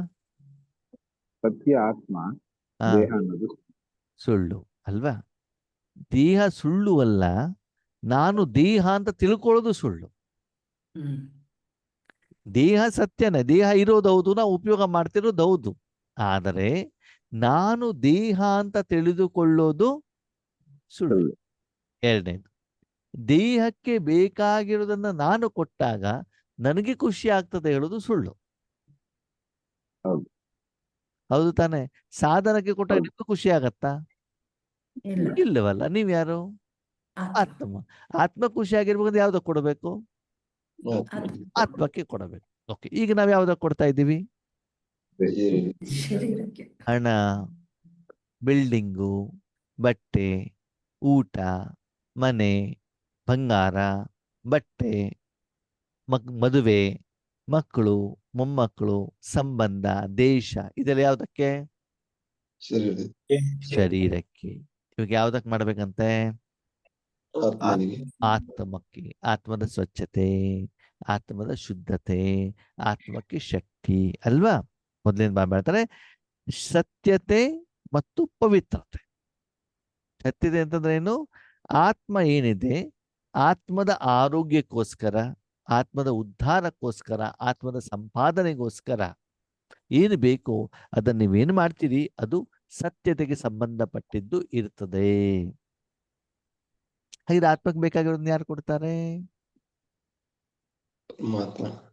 ಪರಮಾತ್ಮ ತಾನೇ ಕೊಡ್ತಾರೆ. ನೋಡಿ, ಈ ಪ್ರಪಂಚದಲ್ಲಿ ಶರೀರಕ್ಕೆ ಸಂಬಂಧಪಟ್ಟಿದ್ದು ಒಂದಿದೆ, ಧನಕ್ಕೆ ಸಂಬಂಧಪಟ್ಟಿದ್ದು ಒಂದಿದೆ, ಆಮೇಲೆ ಜನಕ್ಕೆ ಸಂಬಂಧಪಟ್ಟಿದ್ದು ಇದೆ. ಹೌದಲ್ವಾ? ಅಡಿಗೆ ಮಾಡ್ಬಿಟ್ಟು ನೀವು ಬೇರೆಯವ್ರಿಗೆ ಬಡಿಸಿದ್ರಿ, ಅವಾಗ ನಿಮಗೆ ಶರೀರ ಸಿಕ್ತೋ ಬೇರೆಯವ್ರಿಗೆ ಸಿಕ್ತೋ? ಅದಕ್ಕೆ ಏನ್ ಹೇಳ್ತಾರೆ? ಅದು ಯಾವ್ದಕ್ಕೆ ಸಂಬಂಧಪಟ್ಟಿದ್ದು? ಆತ್ಮಕ್ಕೆ ಸಂಬಂಧಪಟ್ಟಿದ್ದ, ಸೂಕ್ಷ್ಮ ಕರ್ಮೇಂದ್ರಕ್ಕೆ ಸಂಬಂಧಪಟ್ಟಿದ್ದ, ತನುಗೆ ಸಂಬಂಧಪಟ್ಟಿದ್ದು, ಧನಕ್ಕೆ ಸಂಬಂಧಪಟ್ಟಿದ್ದು, ಜನಕ್ಕೆ ಸಂಬಂಧಪಟ್ಟಿದ್ದು. ಜನಕ್ಕೆ ಸಂಬಂಧಪಟ್ಟಿದ್ದು. ದನಕ್ಕೆ. ಹಾ? ಹಾ? ಜನಕ್ಕೆ. ನೀವು ಅಡಿಗೆ ಮಾಡಿಬಿಟ್ಟು ನಿಮ್ಮ ಮಕ್ಕಳಿಗೆ, ಪತಿಗಳಿಗೆ ಊಟಕ್ಕೆ ಬಡಿಸ್ತೀರಾ, ಈ ಕರ್ಮ ಯಾವುದಕ್ಕೆ ಸಂಬಂಧಪಟ್ಟಿದ್ದು? ಹಾ? ಜನಕ್ಕೆ. ಜನಕ್ಕೆ ಸಂಬಂಧಪಟ್ಟಿದ್ದು. ಜನರಲ್ಲಿ ತಾನೇ ಬರ್ತದೆ, ಅವರಿಗೋಸ್ಕರ ತಾನೇ ನೀವು ಮಾಡಿದಿರಿ. ಸರಿ, ನಿಮ್ಮ ಮನೆಯಲ್ಲಿರುವಂತ ಸೋಫಾ ತುಂಬಾ ದಿನದ ಧೂಳಾಗಿದೆ, ಅದನ್ನ ಕ್ಲೀನ್ ಮಾಡಿದ್ರಿ, ಇದು ಯಾವ್ದಕ್ಕೆ ಸಂಬಂಧಪಟ್ಟಿದ್ದು? ನಮ್ಮನೆಗೆ. ಆ? ನಮ್ಗೆ. ಧನಕ್ಕೆ ಸಂಬಂಧಪಟ್ಟಿದ್ದು. ಧನ ತಾನೇ ಅದು, ಸಾಧನ ಅಲ್ವಾ ಅದು? ನೀವೇನು ಕರ್ಮವನ್ನ ಮಾಡಿದ ಯಾವ್ದಕ್ಕೋಸ್ಕರ? ಧನಕ್ಕೋಸ್ಕರ. ಓಕೆ. ಶರೀರಕ್ಕೆ ಸ್ನಾನ ಮಾಡಿಸ್ತೀರಾ, ಇದು ಯಾವ್ದಕ್ಕೆ ಸಂಬಂಧಪಟ್ಟಿದ್ದು? ತನುಗ್ ಸಂಬಂಧಪಟ್ಟಿದ್ದು. ಇದನ್ನೆಲ್ಲ ಮಾಡಿದ್ಯಾರು? ಆತ್ಮ. ಆತ್ಮ. ಇಷ್ಟೆಲ್ಲ ಮಾಡಿದಾಗ ಆತ್ಮನಿಗೆ ಖುಷಿ ಆಗುತ್ತೋ ಇಲ್ವೋ? ಇಷ್ಟು ಮಾಡಿದಾಗ ಆತ್ಮನ ಶಕ್ತಿ ಹೆಚ್ಚಿಗೆ ಆಗತ್ತೋ ಕಡಿಮೆ ಆಗತ್ತೋ? ಕಡಿಮೆ ಆಗುತ್ತೆ. ಕಡಿಮೆ. ಯಾಕಂದ್ರೆ ಆತ್ಮ ಉಪಯೋಗ ಆಗಿದೆ, ಶಕ್ತಿ ಉಪಯೋಗ ಮಾಡಿದೆ, ಅವಾಗ ಆತ್ಮನ ಶಕ್ತಿ ಏನಾಯ್ತು? ಕಡಿಮೆ ಆಯ್ತು. ಡೌನ್ ಆಯ್ತು. ಈಗ ಇಲ್ಲಿ ಬಾಬಾ ಹೇಳಿದ್ರೆ ಆತ್ಮದ ಶಕ್ತಿ ಏನಾಗ್ಬೇಕಂತೆ? ಹೆಚ್ಚಾಗ್ಬೇಕು. ಅರ್ಥ ಆಯ್ತು? ಅಂದ್ಮೇಲೆ ನಾನು ತನು ಧನ ಜನಕ್ಕೆ ನಾನು ಗಮನ ಕೊಟ್ಟಾಗ ಆತ್ಮದ ಶಕ್ತಿ ಕಡಿಮೆ ಆಗತ್ತೆ ಹೊರತು ಆತ್ಮದ ಶಕ್ತಿ ಹೆಚ್ಚಿಗೆ. ಅವಾಗ ಆತ್ಮದ ಶಕ್ತಿ ಹೆಚ್ಚಿಗೆ ಮಾಡ್ಬೇಕು ಅಂದ್ರೆ ಏನ್ ಮಾಡ್ಬೇಕು? ಆತ್ಮಾಭಿಮಾನಿ ಆಗ್ಬೇಕು. ಆವಾಗ ಆತ್ಮಕ್ಕಂತಾನೆ ಸಪರೇಟ್ ಆಗಿ ಟ್ರೀಟ್ಮೆಂಟ್ ಅನ್ನು ನಾನು ತಗೊಳ್ಬೇಕು. ಕೊಡಬೇಕು ಅಲ್ವಾ? ಶರೀರವನ್ನು ಬೆಳಗಿಂದ ಉಪಯೋಗ ಮಾಡ್ತಾ ಹೋದಾಗ ಶರೀರದ ಶಕ್ತಿ ಏನಾಗ್ತಾ ಹೋಗ್ತದೆ? ಕಡಿಮೆ ಆಗ್ತದೆ. ಅದೇ ಶರೀರಕ್ಕೆ ಆಹಾರ ಕೊಡ್ತಾ ಹೋದಾಗ ಏನಾಗ್ತಾ ಹೋಗ್ತದೆ? ಶರೀರದ ಶಕ್ತಿ ಏನಾಗ್ತದೆ? ಹೆಚ್ಚಿಗೆ. ಈಗ ಭಗವಂತನ ಪ್ರಶ್ನೆ, ಪ್ರತಿದಿನ 24 ಗಂಟೆಯಲ್ಲಿ ಆತ್ಮಕ್ಕೆ ನೀವು ಎಷ್ಟು ಗಮನವನ್ನ ಕೊಡ್ತಾ ಇದ್ದೀರಿ? ಇದೆಲ್ಲದಕ್ಕೂ ಮನಬುದ್ಧಿ ಸಂಸ್ಕಾರ ಉಪಯೋಗ ಮಾಡ್ತೀರಿ ಸರಿ, ಆದರೆ ಕರ್ಮೇಂದ್ರಿಯಗಳಿಗೆ ಹೆಚ್ಚಿನ ಸಮಯವನ್ನ ಕೊಡ್ತಿದ್ದೀರೋ ಆತ್ಮಕ್ಕೆ ಹೆಚ್ಚಿನ ಸಮಯವನ್ನ ಕೊಡ್ತಾ ಇದ್ದೀರಿ? ಇದು ಭಗವಂತನ ಪ್ರಶ್ನೆ. ಒಂದು. ಎರಡನೇದು, ಏನು ಶಕ್ತಿಯನ್ನ ಪಡ್ಕೊಂಡಿದ್ದೀರೋ ಅದನ್ನ ಅನುಭವ ಮಾಡ್ತಾ ಇದ್ದೀರಾ? ಏನ್ ಮಾಡ್ತಿದ್ದೀರಿ? ಅನುಭವ. ಹಂಗಂದ್ರೆ ಹಂಗಂದ್ರೆ ಇವಾಗ ಶರೀರಕ್ಕೆ ಆಹಾರ ತಿನ್ನಿಸ್ತಿರೋ ತಿನ್ಸಲ್ವೋ? ತಿನ್ನಿಸ್ತೀವಿ. ಸರಿ, ಶರೀರಕ್ಕೆ ಆಹಾರ ಕೊಟ್ಟಾಗ ಅದು ಶಕ್ತಿಯಾಗಿ ಪರಿವರ್ತನೆ ಆಗತ್ತೋ ಆಗಲ್ವೋ? ಯಾವಾಗ್ಲೂ ಆಗುತ್ತೆ. ಹಾ ಆಗುತ್ತೆ. ಆಗುತ್ತೆ. ಯಾವಾಗ್ಲೂ ಆಗೋದಿಲ್ಲ. ನೀವು ಚೆನ್ನಾಗಿ ತಿನ್ಕೊಂಡ್ಬಿಟ್ಟು ಮಲ್ಕೊಂಡಿರಿ, ಕುತ್ಕೊಂಡಿರಿ, ಶಕ್ತಿಯಾಗಿ ಪರಿವರ್ತನೆ ಆಗುತ್ತೋ ಆಗಲ್ವೋ? ಫ್ಯಾಟ್ ಆಗುತ್ತೆ. ಹಾ, ಅದು ಫ್ಯಾಟ್ ಹೇಳೋದು ಶಕ್ತಿನೋ ಅಥವಾ ಕಾಯಿಲೆನೋ? ಕಾಯಿಲೆ. ಅವಾಗ ಅದು ಎಕ್ಸೆಸ್ ಆಗ್ತದೋ ಆಗಲ್ವೋ? ಆಗಲ್ಲ. ಶಕ್ತಿಯಾಗಿ ಪರಿವರ್ತನೆ ಆಗಬೇಕು ಅಂದ್ರೆ ಅದು ಸರಿಯಾಗಿ ಏನಾಗಬೇಕು? ಡೈಜೆಸ್ಟ್ ಆಗ್ಬೇಕು. ಏನಾಗಬೇಕು? ಡೈಜೆಸ್ಟ್. ಓಕೆ, ನೀವು ತಿಂದಿರುವಂಥ ಆಹಾರ ನಿಮ್ಮಲ್ಲಿ ಡೈಜೆಸ್ಟಿವ್ ಸಿಸ್ಟಮ್ ಸರಿ ಇಲ್ಲ ಅಂತ ತಿಳ್ಕೊಳ್ಳಿ, ಸರಿನಾ? ಅವಾಗ ಅದು ಶಕ್ತಿಯಾಗಿ ಪರಿವರ್ತನೆ ಆಗತ್ತೋ ಆಗಲ್ವೋ? ಆಗಲ್ಲ. ಆಗಲ್ಲ. ನಿಮ್ಮ ಶರೀರದ ಒಳಗಡೆ ವೈರಸ್ ಬ್ಯಾಕ್ಟೀರಿಯಾ ಇದೆ, ಅವಾಗ ತಿಂದಿರುವಂಥ ಆಹಾರ ಶಕ್ತಿಯಾಗಿ ಪರಿವರ್ತನೆ ಆಗತ್ತೋ ಆಗಲ್ವೋ? ಆಗಲ್ಲ. ಆಗಲ್ಲ. ನೀವು ಆಹಾರ ತಿಂದಿದ್ದೀರ, ನಿಮ್ಗೆ ಲೂಸ್ ಮೋಷನ್ ಸ್ಟಾರ್ಟ್ ಆಗಿದೆ, ಆವಾಗ ಅದು ಶಕ್ತಿಯಾಗಿ ಪರಿವರ್ತನೆ ಆಗತ್ತೋ ಆಗಲ್ವೋ? ಆಗಲ್ಲ. ಯಾಕಂತೆ ಆಹಾರ ಕೊಟ್ಟಿಲ್ವಾ? ಕೊಟ್ಟಿದ್ದೀವಿ. ಹೊಟ್ಟೆ ಒಳಗಡೆ ಹೋಗಿಲ್ವಾ? ಹೋಗಿದೆ. ಮತ್ತೆ ಆಗಿದೆ. ಹೊಟ್ಟೆಲಿ ಆಹಾರನೇ ಉಳ್ಕೊಂಡಿಲ್ವಲ್ಲ? ಸರಿ, ಆಹಾರ ತಿಂದಿದ್ದೀರಾ, 4 ದಿನದವರೆಗೆ ಮೋಷನ್ ಆಗೇ ಇಲ್ಲ, ಅವಾಗ ಶಕ್ತಿಯಾಗಿ ಪರಿವರ್ತನೆ ಆಗ್ತದೋ ಆಗಲ್ವೋ? ಆಗಲ್ಲ. ಆಗಲ್ಲ. ಯಾಕೆ? ಗ್ಯಾಸ್ಟ್ರಿಕ್ ಆಗುತ್ತೆ. ಅದು ಒಳಗಡೆ ಹೋಗ್ಬಿಟ್ಟು ಅದು ಕೊಳ್ತೋಗ್ಬಿಡ್ತದೆ, ಅವಾಗ ಶಕ್ತಿಯ ಬದಲು ಏನಾಗತ್ತೆ ಹೇಳಿ? ಏನಾಗತ್ತಲ್ಲಿ? ಅದರ ನೆಗೆಟಿವ್ ಎಫೆಕ್ಟ್, ಅದು ಕೊಳ್ತೋಗಿರೋದ್ರ ಪ್ರಭಾವ ಶರೀರದ ಮೇಲೆ ಬಿದ್ಬಿಟ್ಟು ಕಾಯಿಲೆ ಬರ್ತದೆ. ಹೌದು ತಾನೆ? ಅರ್ಥ ಆಗ್ತಿದ್ಯಾ? ನಾವು ಹೌದು. ಶಕ್ತಿಗೆ ಬೇಕಾಗಿರೋದನ್ನ ನಾವು ಕೊಡ್ತಾ ಇದ್ದೀವಿ, ಆದ್ರೆ ಈ ಎಲ್ಲ ಸಿಸ್ಟಮ್ಗಳು ಕರೆಕ್ಟ್ ಆಗಿದ್ರೆ ಮಾತ್ರ ತಿಂದಿರುವಂತ ಆಹಾರ ಶಕ್ತಿಯಾಗಿ ಉಪಯೋಗ ಆಗತ್ತೆ. ಆಗುತ್ತೆ. ನಾನು ಶರೀರಕ್ಕೆ ಚೆನ್ನಾಗಿ ಏನು ಮಾಡ್ತೇನೆ? ಶಕ್ತಿಯನ್ನು ಕೊಡ್ತೇನೆ, ಆಹಾರನ ಕೊಡ್ತೇನೆ, ಸರಿನಾ? ಆದರೆ ನಾನು ಆ ಶರೀರವನ್ನ ಯಾರನ್ನು ಕೊಲೆ ಮಾಡ್ಲಿಕ್ಕೂ, ಕಳ್ಳತನ ಮಾಡ್ಲಿಕ್ಕೂ, ನಿಂದನೆ ಮಾಡ್ಲಿಕ್ಕೂ, ಸಿಟ್ಟು ಮಾಡ್ಲಿಕ್ಕೆ ಉಪಯೋಗ ಮಾಡ್ತೇನೆ. ಓಕೆ, ಹಾಗಿದ್ರೆ ಆ ಶಕ್ತಿ ಸರಿಯಾಗಿ ವಿನಿಯೋಗ ಆಯ್ತು ಆಗಿಲ್ವೋ? ಆಗಿಲ್ಲ. ಆಗಿಲ್ಲ. ಇಷ್ಟೊಂದು ಕಾರಣಗಳಿದ್ದಾವಲ್ವಾ? ಕೆಲವೊಂದು ಹೌದಲ್ವಾ? ಇಷ್ಟೆಲ್ಲ ನಾವು ಯೋಚನೆನೇ ಮಾಡಿಲ್ವಲ್ಲ?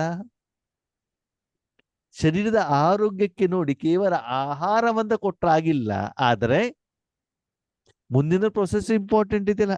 ಇನ್ನು ನಾನು ಆಹಾರ ಕೊಡ್ತೇನೆ, ಸರಿ, ನಾನ್ ವೆಜ್ ಕೊಡ್ತೇನೆ, ಅವಾಗ ಏನಾಗ್ತದೆ? ಶರೀರದ ಆರೋಗ್ಯ ಚೆನ್ನಾಗಿರ್ತದೋ ಹಾಳಾಗ್ತದೋ? ಹಾಳಾಗುತ್ತೆ. ಕೊಳ್ತೋಗಿರೋದನ್ನ ಕೊಟ್ಟಿದ್ದಿದ್ರೆ ಹಾಳಾಗುತ್ತೆ. ಹಾಳಾಗುತ್ತೆ. ಓಕೆ, ಶರೀರಕ್ಕೆ ನಾನು ಸ್ವೀಟ್ ಮಾತ್ರ ಕೊಡ್ತೇನೆ, ಬೇರೆ ಯಾವುದು ಕೊಡೋದಿಲ್ಲ, ಆವಾಗ ಅದು ಹಾಳಾಗುತ್ತೆ. ಬರೀ ನೀರು ಮಾತ್ರ ಕುಡಿಸ್ತೇನೆ, ಅವಾಗ್ಲೂ ಆಗೋದಿಲ್ಲ. ಉಪವಾಸ ಇಟ್ಟಿರ್ತೇನೆ, ಅವಾಗ್ಲೂ ಆಗೋದಿಲ್ಲ. ಪುನಃ ಪುನಃ ಪುನಃ ಪುನಃ ತಿಂತಾ ಇರ್ತೇನೆ, ಅವಾಗ್ಲೂ ಕೂಡ ಆಗೋದಿಲ್ಲ. ಹೌದು ತಾನೆ?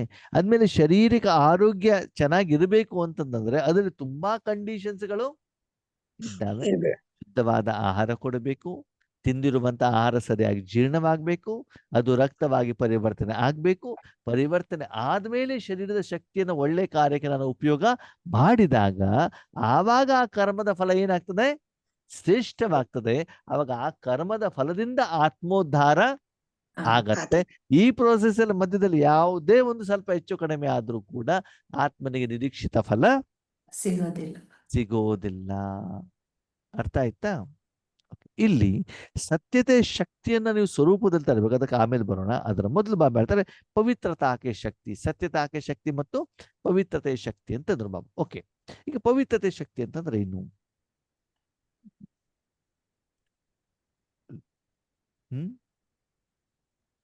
ಸತ್ಯದ ಬಗ್ಗೆ ನಾವು ಸ್ವಲ್ಪ ಚರ್ಚೆ ಮಾಡಿದ್ವಿ. ಪವಿತ್ರತೆ ಶಕ್ತಿ ಅಂತಂದ್ರೆ ಏನು? ಸ್ವಚ್ಛತೆ, ಶುದ್ಧತೆ. ಇದು ಆತ್ಮನೂ ಪವಿತ್ರತೆ ಆಗಿರ್ಬೇಕು, ಮತ್ತೆ ಶರೀರನೂ ಕೂಡ ಪವಿತ್ರತೆಯಿಂದಿರ್ಬೇಕು. ಅದಕ್ಕೆ ಪವಿತ್ರ ಅಂತಂದ್ರೆ ಏನು? ಶುದ್ಧ ಆತ್ಮ ಆಗ್ಬೇಕು, ಶುದ್ಧ. ಓಕೆ, ಇಲ್ಲಿ ಬಾಬಾ ಏನ್ ಹೇಳ್ತಾರೆ, ಒಂದು ಕಡೆಯಿಂದ ನೀವು ಆಹಾರ ತಿಂತಾ ಇರೋದು, ಇನ್ನೊಂದು ಕಡೆಯಿಂದ ಕೆಸರನ್ನು ಕೂಡ ತಿಂತಾ ಇರೋದು, ಏನಾಗ್ತದೆ? ಹಾಳಾಗತ್ತೆ. ಅವಾಗ ಕೆಸರಿನ ಪ್ರಭಾವ ಶರೀರದ ಆರೋಗ್ಯದ ಮೇಲೆ ತುಂಬಾ ಬೀಳ್ತಾ ಇರ್ತದೆ ಅಲ್ವಾ? ಹಾಗೆ ಇಲ್ಲಿ ಒಂದು ಕಡೆಯಿಂದ ಆತ್ಮ, ಬಾಬಾ, ಅಮೃತ ವೇಳೆ, ಯೋಗ ಎಲ್ಲಾನು ಮಾಡ್ತಾ ಇರ್ತಾರೆ. ಇನ್ನೊಂದು ಕಡೆಯಿಂದ ವಿಕಾರ, film, YouTube, Gokul, Google, non veg, ನಿಂದನೆ, ಸಿಟ್ಟು, ಅಭಿಮಾನ, ಅಹಂಕಾರ ಎಲ್ಲ ಮಾಡ್ತಿರೋದು. ಅವಾಗ ಏನಾಗ್ತದೆ? ಅಪವಿತ್ರತೆ. ಅವಾಗ ಅದರ ಪರಿಣಾಮ ದುಃಖವಾಗಿ ಪರಿವರ್ತನೆ ಆಗ್ತದೆ. ಅದಕ್ಕೆ ಬಾಬಾ ಹೇಳ್ತಾರೆ, ಪವಿತ್ರತೆಯ ಶಕ್ತಿ ಅಂತಂದ್ರೆ ಏನು ಅಂತಂದ್ರೆ, ನೀವು ಈಶ್ವರೀಯ ಜೀವನದಲ್ಲಿ ಸ್ಥೂಲ ಪ್ರಪಂಚದ ಯಾವುದೇ ವಸ್ತು ವ್ಯಕ್ತಿಗಳ ಜೊತೆಗೆ ಏನಾಗಬಾರ್ದು, ಮಾನಸಿಕವಾಗಿ ಜೋಡಣೆ ಮಾಡಬಾರ್ದು. ಆಗಬಾರದು. ಆಯುರ್ವೇದಿಕ್ ಹಾಸ್ಪಿಟಲ್ ಅಡ್ಮಿಟ್ ಆದಾಗ ಹೊರಗಡೆ ಯಾವುದೇ ಆಹಾರವನ್ನ ತಿನ್ಲಿಕ್ಕೆ ಅವ್ರೇನ್ ಮಾಡೋದಿಲ್ಲ, ಬಿಡೋದಿಲ್ಲ. ಅವ್ರು ಮಾಡೋದೇ ಹೊಟ್ಟೆ ಏನ್ ಮಾಡೋದು, ಕ್ಲೀನ್ ಮಾಡೋದು. ಅದಕ್ಕೆ ಹೊರಗಡೆಯಿಂದ ತಂದಿರುವಂತ ಆಹಾರವನ್ನು ನೀವು ಸ್ವೀಕಾರ ಮಾಡುವ ಹಾಗೆ ಇಲ್ಲ. ನಾವೇನು ಆಹಾರ ಕೊಡ್ತೀವೋ ಅದೇ ಆಹಾರವನ್ನು ನೀವೇನ್ ಮಾಡ್ಬೇಕಾಗ್ತದೆ, ತೆಗೆದುಕೊಳ್ಬೇಕಾಗತ್ತೆ. ನಿಮ್ಮ ಆರೋಗ್ಯ ವೃದ್ಧಿ ಆಗಬೇಕು ಅಂತಂದ್ರೆ ಸಂಪೂರ್ಣವಾಗಿ ನಮ್ಮ ಮಾತನ್ನ ನೀವು ಕೇಳಬೇಕು. ಒಂದ್ಸಲ ಒಳಗಡೆ ಬಂದ್ಮೇಲೆ ಹೊರಗಡೆ ಹೋಗುವವರೆಗೆ ನಾವು ಕೊಟ್ಟಿರುವಂತ ಆಹಾರವನ್ನೇ ತಗೊಳ್ಬೇಕು. ಹೊರಗಡೆಯಿಂದ ಆನ್ಲೈನ್ ತರಿಸುವಂಗಿಲ್ಲ, ಮನೆಯಿಂದನೂ ತರುವಂಗಿಲ್ಲ, ಇಲ್ಲಿ ಯಾವುದೇ ಅಡಿಗೆ ಮಾಡಿಕೊಂಡು ತಿನ್ನಂಗಿಲ್ಲ. ತಿನ್ನುವ ಹಾಗಿಲ್ಲ. ಅಂದ್ರೆ ಇಲ್ಲಿ ಬಾಬಾ ಏನ್ ಹೇಳ್ತಾರೆ, ಪವಿತ್ರತೆಯ ಶಕ್ತಿ ಅಂತಂದ್ರೆ ರಾಜಯೋಗಕ್ಕಂತ ಕುತ್ಕೊಂಡಾಗ, ಈಶ್ವರಿ ಸೇವೆಗಂತ ಕುತ್ಕೊಂಡಾಗ ಮನಬುದ್ಧಿಯಿಂದ ಈ ಪ್ರಪಂಚದಿಂದ ನೀವು ಡಿಟ್ಯಾಚ್ ಆಗಬೇಕು. ಹೀಗೆ ಅಯ್ಯಪ್ಪ ಸ್ವಾಮಿ ಭಕ್ತರು ಅಯ್ಯಪ್ಪ ಮಾಲೆ ಹಾಕಿದ ಮೇಲೆ ಏನ್ ಮಾಡ್ತಾರೆ, ಹಳೆ ಕಾಲದಲ್ಲಿ, ಈಗಿಂದಲೇ ಸ್ಟೈಲ್ ಚೇಂಜ್ ಆಗಿದೆ. ಒಂದ್ಸಲ ಮಾಲೆ ಹಾಕಿದ್ಮೇಲೆ ಅವ್ರು ಮನೆಗೆ ಬರೋದಿಲ್ಲ ಅಲ್ವಾ. ಹೆಣ್ಣು ಮಕ್ಕಳ ಕೈಲಿ ಅಡಿಗೆನೆ ಮಾಡಿ ಊಟ ಮಾಡಲ್ಲ, ಡ್ಯೂಟಿ ಮಾಡ್ತಾರೆ. ಮತ್ತೊಂದು ಅವರು ದೇವಸ್ಥಾನದ ಒಂದು ರೂಮ್ ಮಾಡ್ಕೊಂಡಿರ್ತಾರೆ, ಅಲ್ಲೇ ಅವರೆಲ್ಲ ಸೇರಿಬಿಟ್ಟು ರಾತ್ರಿ ಸ್ನಾನ ಮಾಡಿ ಪೂಜೆ ಮಾಡಿ ಆಮೇಲೆ ಆಹಾರ ರೆಡಿ ಮಾಡ್ಬಿಟ್ಟು ಏನ್ ಮಾಡ್ತಾರೆ, ಅವರು ಸ್ವೀಕಾರ ಮಾಡ್ತಾರೆ. ಆ ಸಮಯದಲ್ಲಿ ಪ್ರಪಂಚದಲ್ಲಿರುವಂತ ನಾನ್ ವೆಜಿಟೇರಿಯನ್ ಆಗ್ಲಿ, ಗುಟ್ಕ ಆಗ್ಲಿ, ಸರ ಆಗ್ಲಿ ಏನು ತಿನ್ನಲ್ಲ. ಇವನ್ ಕಾಲಿಗೂ ಕೂಡ ಚಪ್ಪಲಿ ಮೊದಲು ಹಾಕೊಳ್ತಿರ್ಲಿಲ್ಲ, ಹೌದಾ.